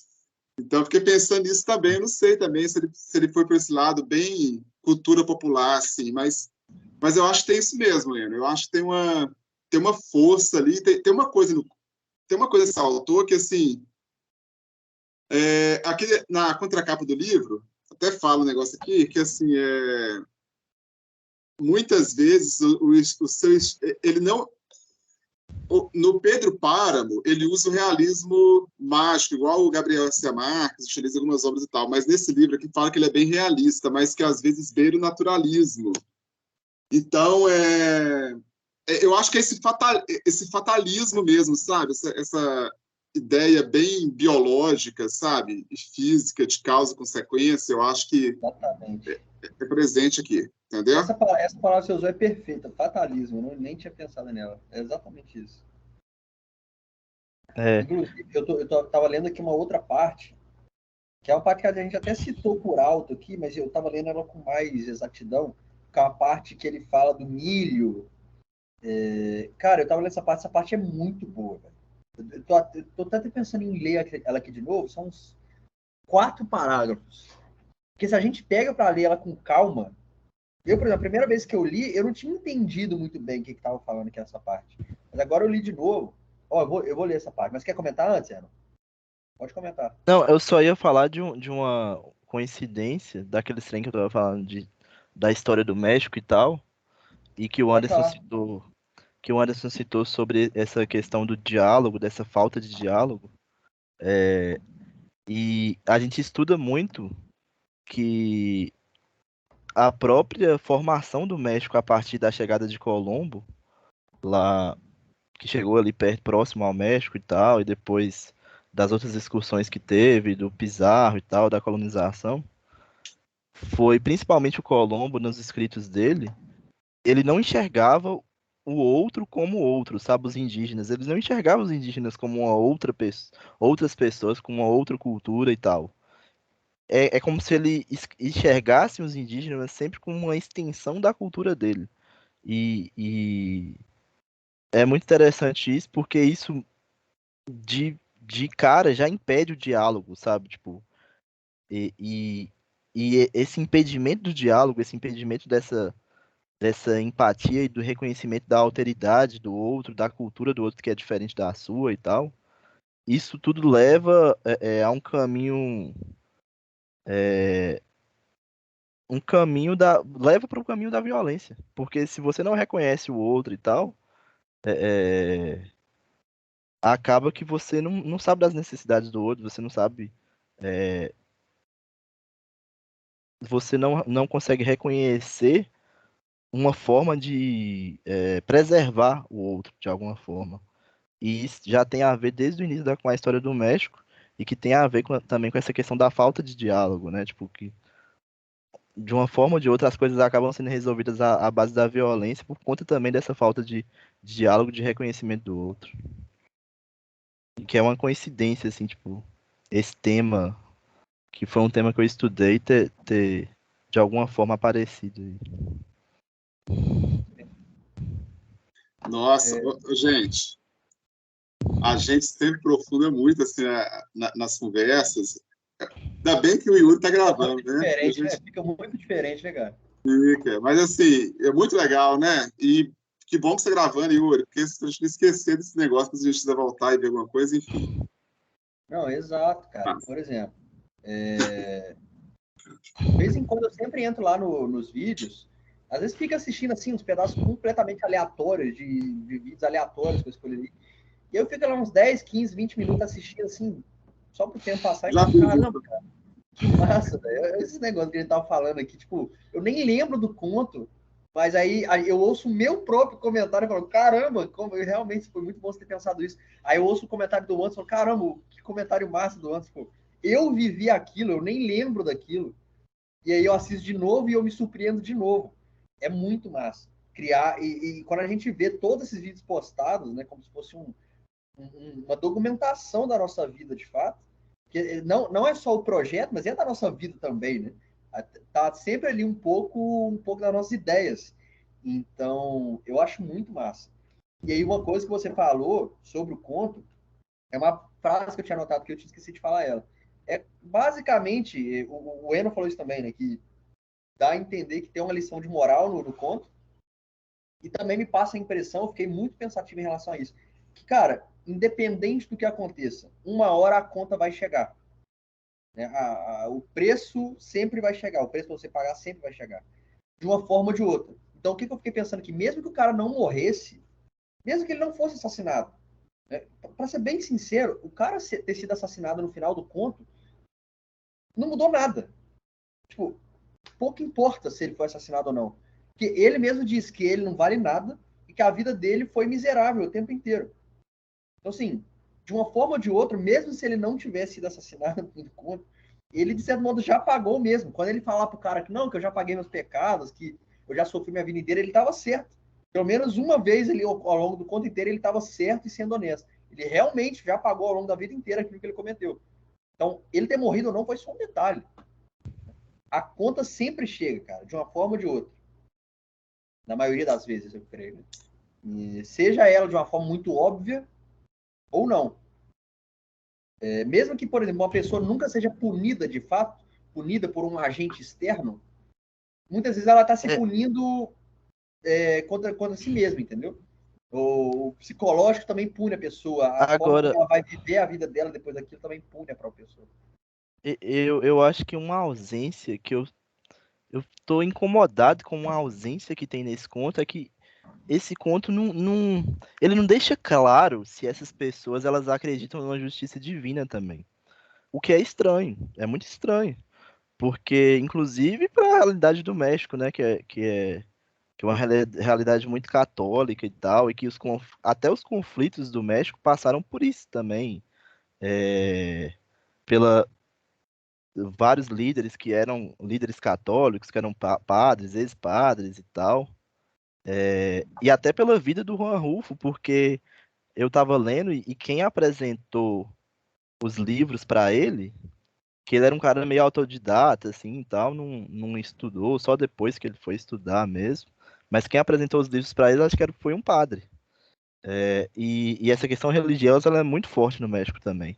Não, só que nesse conto fica meio assim, igual você tá falando, que uma hora a gente sempre paga. Beleza. Inclusive o cara ia morrer. Essa é a certeza que a gente tem, né? Que uma hora o cara ia morrer também. Mas a gente fica meio sem saber assim, mas e o depois? Será que essas pessoas acreditam que depois esse cara poderia, tipo, ir pro céu, alguma coisa assim? Ou, tipo, ele iria pro inferno, iria pagar também depois da vida dele? E fica essa ausência aí no conto que eu achei, assim, uma coisa bem incômoda. Essa ausência de, tipo assim, de falar se essas pessoas acreditavam em algo após a morte. Ó, vou te falar assim, minha opinião. Eu acho, eu entendi o que você está falando. É, no outro conto dele, que a gente está falando de diálogos, eu senti falta disso também, mas tem umas referências assim muito indiretas, igual quando ele fala de alma, né? Você consegue pescar alguma coisa para esse lado mais transcendental. Mas eu acho que o autor não está preocupado em colocar isso, talvez para, não sei, talvez para não dar um tom, talvez até mais didático ou moralista para o texto, sabe? Talvez ele não tenha colocado isso para evitar pensando na recepção do texto, sabe? Eu acho. Então pode ser, porque até no Pedro Páramo isso é bem ausente, viu, Eno? É bem ausente essa questão religiosa. E é um caso mesmo se pensar, bem interessante se falar isso, que é interessante notar isso sim. Mas assim, eu te confesso que a mim não me incomodou, sabe assim, de me incomodar, porque eu acho que o texto, Não, ele mas eu acho que eu tô quis dizer um incômodo bom, um incômodo tipo assim, então esse beleza. Pois é, esse porque esse cara, eu acho que me trouxe eu acho que o texto ele tá tão bem fechado, sabe, que ele se basta assim dele mesmo, sabe? Eu acho que que foi eu não um consigo ver incômodo, assim, é um texto sem sobras, sabe? um Assim, incômodo realmente muito exemplar. no sentido de que foi um recorte intencional do autor, ele fez Bem esse interessante.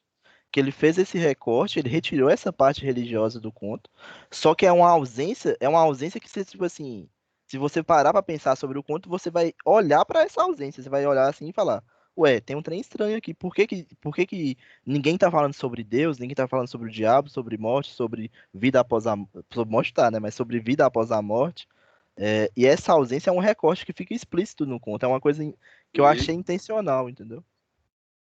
sim. E, igual eu te falei, tem umas referências muito indiretas, né? Assim, quando ele fala por caridade de Deus, ele fala da alma e tal, você vê que tem um traço de religiosidade na vida dessas pessoas aqui, mas assim,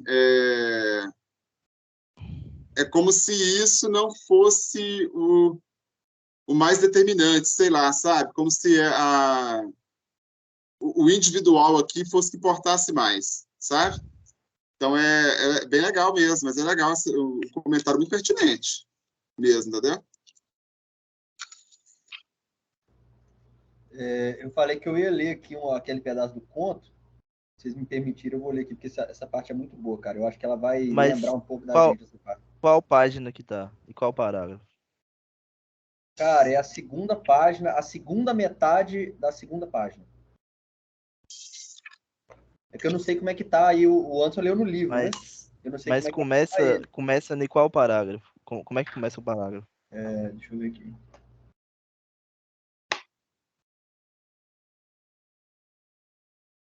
Os seus olhos, que com os anos se tinham encarquilhado, vinham vendo a terra aqui, debaixo dos seus pés, apesar da escuridão.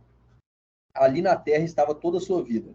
60 anos a viver dela, contendo-a entre as suas mãos, depois de a ter provado como se prova o sabor da carne. Veio durante longo tempo esmiuçando-a com os olhos, saboreando cada pedaço como se fosse o último, quase sabendo que seria o último. Depois, como querendo dizer alguma coisa, olhava os homens que iam junto dele, ia dizer-lhes que o soltassem, que o deixassem abalar. Eu não fiz mal a ninguém, rapazes, ia dizer-lhes, mas ficava calado. Mais adiante, digo-lhes, pensava, e só os olhava. Podia até imaginar que eram seus amigos, mas não queria fazer. Não eram. Não sabia quem eram. Via-os a seu lado, inclinando-se e agachando-se de vez em quando para ver por onde seguia o caminho. Tinha-os visto pela primeira vez ao empardecer da tarde, nessa hora desbotada em que tudo parece chamuscado. Tinham atravessado os sulcos pisando o milho tenro. E ele tinha descido para isso, para lhes dizer que ali estava a começar a crescer o milho. Mas eles não se detiveram. Tinha-os visto bastante tempo. Sempre teve a sorte de ver tudo com bastante tempo. Podia ter se escondido, caminhar umas quantas horas pelo cerro, enquanto eles não abalavam, e depois voltar a descer. Ao fim e ao cabo, o milho não cresceria de maneira nenhuma. Já era tempo de terem chegado às águas, e as águas não apareciam e o milho começava a murchar. Não tardaria estar completamente seco. E agora continuava junto deles, aguentando a vontade de lhes dizer que o soltassem. Não lhes via a cara, só via os vultos que se juntavam ou se separavam dele, de tal maneira que, quando se pôs a falar, não soube se o tinham ouvido. É basicamente o diálogo, eu não vou citar, mas essa parte do milho, de que ele desceu até as pessoas, isso aqui que eu estava pensando, porque, pelo que eu entendi, não foi as pessoas que buscaram ele. As pessoas estavam indo até ele, mas ele poderia ter fugido. Ele viu as pessoas à distância, e aí ele meio que foi até essas pessoas, deu alguma desculpa, falando que estava fazendo tal coisa, e aí sim ele foi pego. Mas ele poderia ter fugido. Mas por algum motivo ele não foi, e disso ele se arrepende. Tanto que fala aqui. Assim, nem merecia a pena ter descido, ter se metido entre aqueles homens como num buraco, para já não voltar a sair. Então, a partir do momento que ele deu a desculpa dele e não funcionou, ele já sabe que ele não tem mais volta.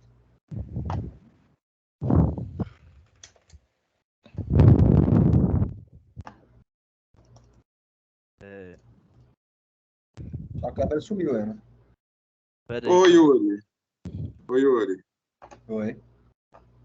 Eu não entendi. Você falou que ele... Qual a sua ideia?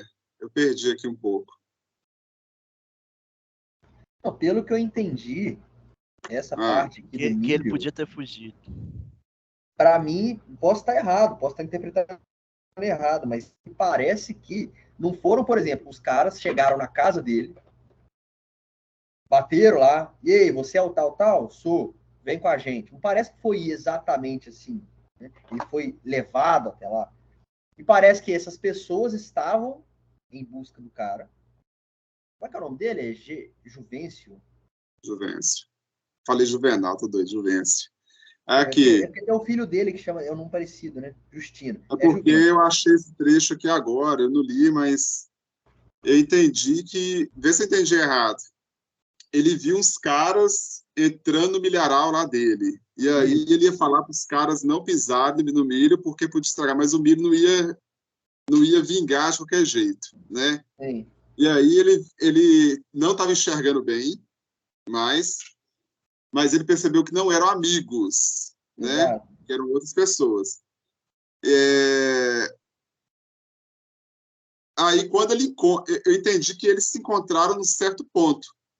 Os Exato. caras foram indo em uma direção, ele na direção oposta, chegou um ponto que eles se encontraram. Aí não fala muito, né? Como que foi essa abordagem. Depois só fala que os caras, ele seguiu do lado dos caras e que os caras não precisaram fazer nada com ele, que ele foi acompanhando os caras. Parece que ele Exatamente. sabia parece que ele percebeu no momento que era isso, né? Não sei se Eu senti que é uma coisa muito mística mesmo, tipo assim, como se fossem uns anjos que estivessem buscando ele pra ir pra morte, Sim, e que foi isso tá mesmo.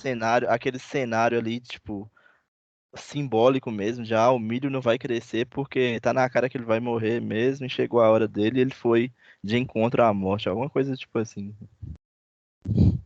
Nossa, e essa parte do milho, quando ele fala que o milho não vai começa no chão, ele realmente até a estátua do seco, remete a ideia de morte, né? A É, morte do milho que vai murchar e secar, ele que já está todo murcho, encarquilhado também. Interessante, né? Realmente é um trecho bem, e bem o milho interessante. tem essa simbologia também, da questão do corvo, do espantalho, uma coisa mais de terror, assim. E no outro conto aparece milho, tá? Só pra vocês terem uma ideia aqui. E posso dar um spoiler do outro conto? Não sei se posso, né? Pode. O outro conto é tão doido, gente, que você termina o conto, você não sabe se as pessoas estão mortas ou se estão vivas. Eu lembro do diário, ficou todo mundo discutindo isso, sabe? Se a galera tinha morrido ou não. É muito Nossa. doido, É. muito bacana, tá? É, é, a, os livros dele é fácil da gente ler todos, né? São só três. E são pequenos, né? Esse livro aqui de contos é bem pequenininho, o Pedro Páramo é pequenininho também, e o outro Galo de Ouro é pequeno, são 3 livros pequenos. Uhum. Nossa, mas agora essa nova análise que a gente fez aqui dessa parte realmente me fez entender melhor. E é realmente isso que a gente imaginou mesmo. Na verdade, eu não sei nem se foi o caso dele achar que as pessoas eram amigos dele, porque essa parte que fala dos amigos é uma parte que ele já está caminhando, né? Então, assim, o que eu entendi aqui é que ele gostaria de ver aqueles capangas como se fossem amigos deles, né? Meio que dando fruto para aquela esperança boba dele de que algo vai mudar, né? Então é como se uma pequena ilusão que ele tivesse criando nele no momento. Ah, não, esses caras que estão me levando para tal lugar, mas não vai acontecer nada, eles são meus amigos. Só que logo ele mesmo se contém, né? Que ele não consegue imaginar eles como os E- amigos. eu Ele tentou imaginar, interpretei, mas não dessa forma. eu interpretei como uma coisa mais mística mesmo, tipo assim, que não dá pra saber muito. Igual eu tava falando sobre essa questão de inferno e céu não aparece muito no conto. Inclusive, esses caras, eles são, tipo. Não dá pra saber se eles são os capangas lá do. Como se fossem uns anjos ou se eles são, tipo, uns demônios que vieram buscar eles, sabe? Aí fica uma coisa Cara, mais sombria, assim mesmo. mas olha só o que o Yuri leu aí, ó, olha esses trechos. Assim ele veio durante o tempo todo esquartejando a terra com os olhos, saboreando cada pedaço como se fosse o último, sabendo ou quase que seria o último. Aí depois, mais um pouco à frente, ó. Por isso nem valia a pena ter descido, ter se metido no meio daqueles homens como quem entra num buraco para não tornar mais a sair. Exatamente. Uhum. Nossa, muito interessante. Exatamente. E a primeira vez que É, eu li, eu não consegui extrair o melhor dessa parte. Agora, lendo de novo e analisando com vocês, que eu entendi de fato, sabe? é, eu lembrei também, quando eu tava lendo essas partes aí, eu lembrei de um conto que a gente leu, que é o Serpó, do Santiago Dabov, um escritor argentino. Que era um conto lá Eu que o lembro. cara ficava. O cara caiu do cavalo e ficou lá, tipo num buraco preso, Lembro direitinho. e Desse eu ficou lembro. meio que transformando Ficou se em decompondo lá, né? planta lá e morrendo. Esse conto foi muito louco também. Muito legal, Eu lembro gente. esse conto foi muito bom. Ó, muito top, cara. É incrível como as nossas reuniões deixam o conto melhor, né? Pelo menos na nossa impressão, né? Não que a gente está melhorando a obra do cara, mas a gente chega aqui com uma certa perspectiva, né? Gosta do conto e tal, mas é aquele gosto meio morno, né? E a gente sai, tipo assim, caramba, que foda. Pelo menos eu saio sempre assim. É. E Mas só é uma isso. um último comentário que o Anderson falou lá no início também. É, a dificuldade que se tem de fazer diálogos bons e esse conto cumpre bem, né? Tipo, porque diálogo é uma coisa realmente muito difícil, né? E a gente consegue interpretar os personagens, criar os arquétipos ali, os personagens através do diálogo, é uma coisa realmente de tirar o chapéu, assim. Sim, Verdade. é verdade. Que foi um pouco que a gente discutiu no Hemingway, né, também. E eu vou falar uma coisa com vocês. Eu estava vendo um negócio essa semana bem interessante, uma moça falando no Instagram. Ela falando que assim, os nossos gostos literários vão mudando no decorrer do tempo, né? A gente vai, às vezes tem um autor que você gosta muito, depois de um tempo você não gosta tanto, mais assim, ou gosta mais, enfim, vai modificando. Eu atualmente tenho gostado muito de autores com estilos mais objetivos, sabe? Mais secos, sem muito floreio. Então, assim, caras tipo o Juan Rulfo, sabe, tem me agradado bastante, parece uma vibe assim, mais secona e tal. E muito legal, né? E assim, segundo conto desse ano, dois contos bem legais, né? A gente leu já esse ano. Apesar que esse conto hoje, eu acho que assim, mais bem acabado ainda que aquele primeiro que a gente leu, que foi muito bom, Qual foi né? o primeiro mesmo? Eu sempre esqueço o nome. Foi Os Sons da Fala, da Octavia Butler. Verdade. Ficção científica. Bem legal também, né? Mas esse conto aqui eu achei muito intrigante. Muito, muito. Entendeu? Eu gostei Ótima bastante. escolha. Agora eu tô em dúvida. Inclusive a gente tinha dado nota, né? E eu, Nossa, eu, verdade. Eu dei 4, eu acho, estrelas, e o deu 3,5. Isso. Acho uma coisa assim, Ana. Acho que deu eu 4. acho É que bem eu lembrado, dei bem quatro e lembrado. Vou meio. dar nota Dei também. quatro e meio. Para esse aqui eu dou 4,5, E, cara. e ficou a média de 4 no outro. Cara, sinceramente, eu acho que vou dar 5 para esse. Tô Eu acho pensando que eu dou nisso 5. também. Eu acho que eu dou 5, só porque é um conto muito bem fechado, assim, sabe? Eu vou dar 5 Eu, também, eu, cara. eu- Porque eu ficar dando 4,5, eu ficar em busca da perfeição também. Não, eu vou dar 5 só para um conto que for perfeito. Cara, esse conto já é bom demais. Pô. Eu vou dar 5. É, não, mas você tem que prestar atenção, tipo assim, não só na discussão nossa, mas na hora que você lê o conto. Tipo, na hora que você terminou o conto, você daria 5 pra ele? Você tem que ser mais honesto Não, com isso mas a também. questão não é essa. Porque, por exemplo, é claro que a nossa discussão ela enriquece o conto, mas existem vários casos de que a gente, na verdade, todo conto que a gente lê, a gente discute. E nem sempre depois da discussão eu ainda assim daria 4, 4,5, 5. Tanto que o último a gente discutiu, foi uma baita discussão, mas eu dei 3,5. Então, realmente, no fim das contas, eu acabo avaliando o conto, de fato. E a discussão, ela só faz a gente entender melhor o conto, sabe?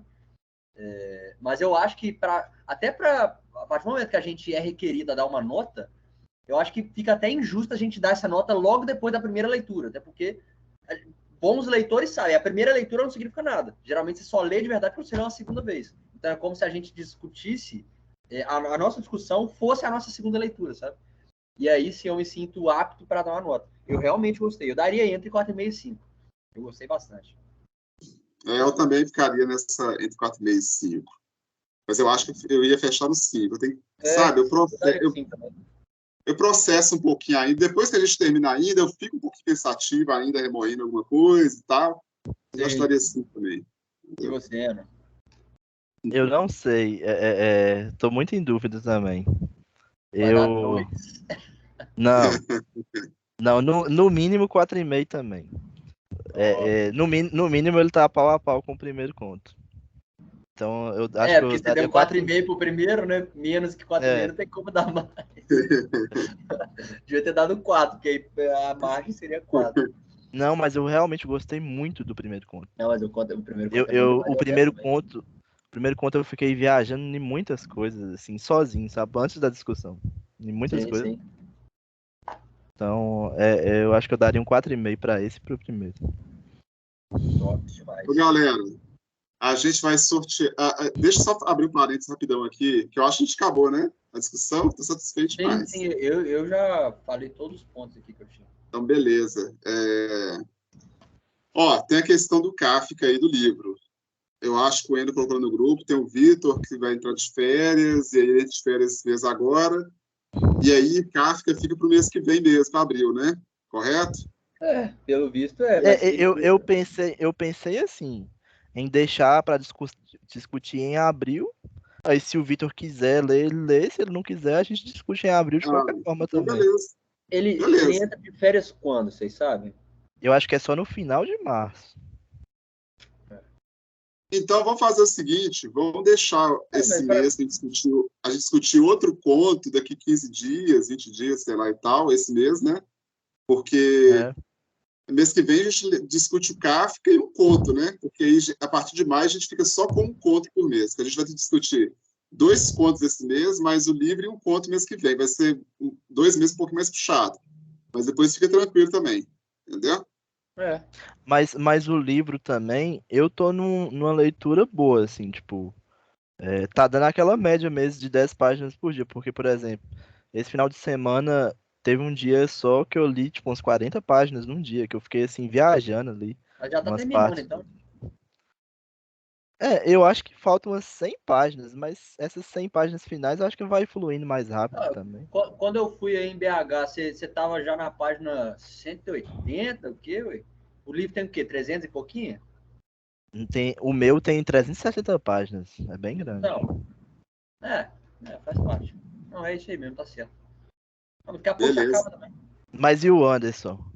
O Anderson Não, tô tava. de boa, tô mais da metade e eu tô lendo no Kindle agora, tá ajudando demais, porque o livro que eu tava aqui tá muito pequena, no Kindle tá fluindo melhor, entendeu? Então tá de boa. O Anderson falou que o livro é um lixo. Valeu isso não, mas...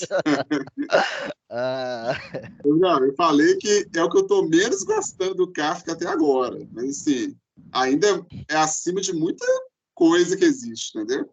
É óbvio. Aqui, Mas eu gostei muito do livro, tá? mas vai sortear o conto então? podia sortear, vou sortear o próximo. Eu Tem um vou sortear lá no detalhe. grupo mesmo, ué. Assim, Tá. os últimos 2 que eu sorteei foi assim, sorteei e mandei o print lá no grupo. Mas tem um detalhe. Tem um conto que eu escolhi lá, que ele é. Nem é um conto, na verdade, né? O Anderson falou que é uma novela. E ele é grande, então eu acho que não seria Oi, adequado.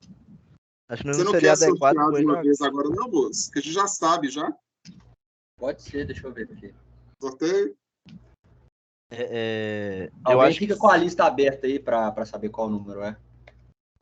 Você vai abrindo. Deixa eu abrir aqui. Tem na descrição do grupo, tá? Ah, bom. Eu tava falando se sortear o meu, acho que era melhor sortear outro. O meu que é o maior. Porque senão vai ficar um muito grande e a gente ainda tem que ler o livro do Kafka. Aí eu tô sorteando já. É 1 a 12, né? Isso. Qual que é o 2, 2? O 2 é A Dama do Cachorrinho, que o Anderson escolheu. Do Chekhov. gente. Certo? Ele é grande? Ele é mais ou menos. Não é grandão demais, não, mas não é pequeno, não. Mas, E é um tipo, clássico. é mais de 20 páginas? Eu acho que é. Mas dá para ler, gente. Mas à Dá frente pra tem. ler, pô. Dá pra ler. Valeu. E 20, aqui, gente, esse conto é um classicão, hein? Chekhov. Alguns consideram ele até o maior contista do mundo, né? eu Tipo, já li alguns deles, deixa eu ver aqui quais são. ele é um cara bem fodão, assim, né? Quer ver, ó? Vamos ver, Chekhov Contos. Então. Tô até com medo de quando for os meus contos só descer o nível, já que tá só subindo. Até parece, né, moço? Você só escolhe coisa boa. Senhor. Eu acho que eu Mas li um dele aqui, que chama Angústia. Eu acho que foi esse. Ah, não, parece que não é tão grande, não. Tem um aqui com 20 páginas. 20 páginas tá de boa ainda. massa, então, galera. Tá tranquilo. Minha câmera saiu aqui, ó. Agora voltou. Mas é isso então, pessoal. Depois que eu encerrar aqui, eu vou upar lá no YouTube, vou avisar vocês. O livro já tá sorteado, então. Aí vamos ver com o Vitor, né? A gente tem que combinar com ele esse negócio direitinho, velho. Beleza. Porque às vezes ele consegue já começar a ler, ou qualquer coisa ele já fala se não vai participar ou não. Pelo menos a gente já se adianta. Beleza, então. Beleza. Mas é isso, eu vou encerrar aqui. Valeu, pessoal. Falou. Abração, hein? Tchau. Até Valeu. mais. Falou, gente.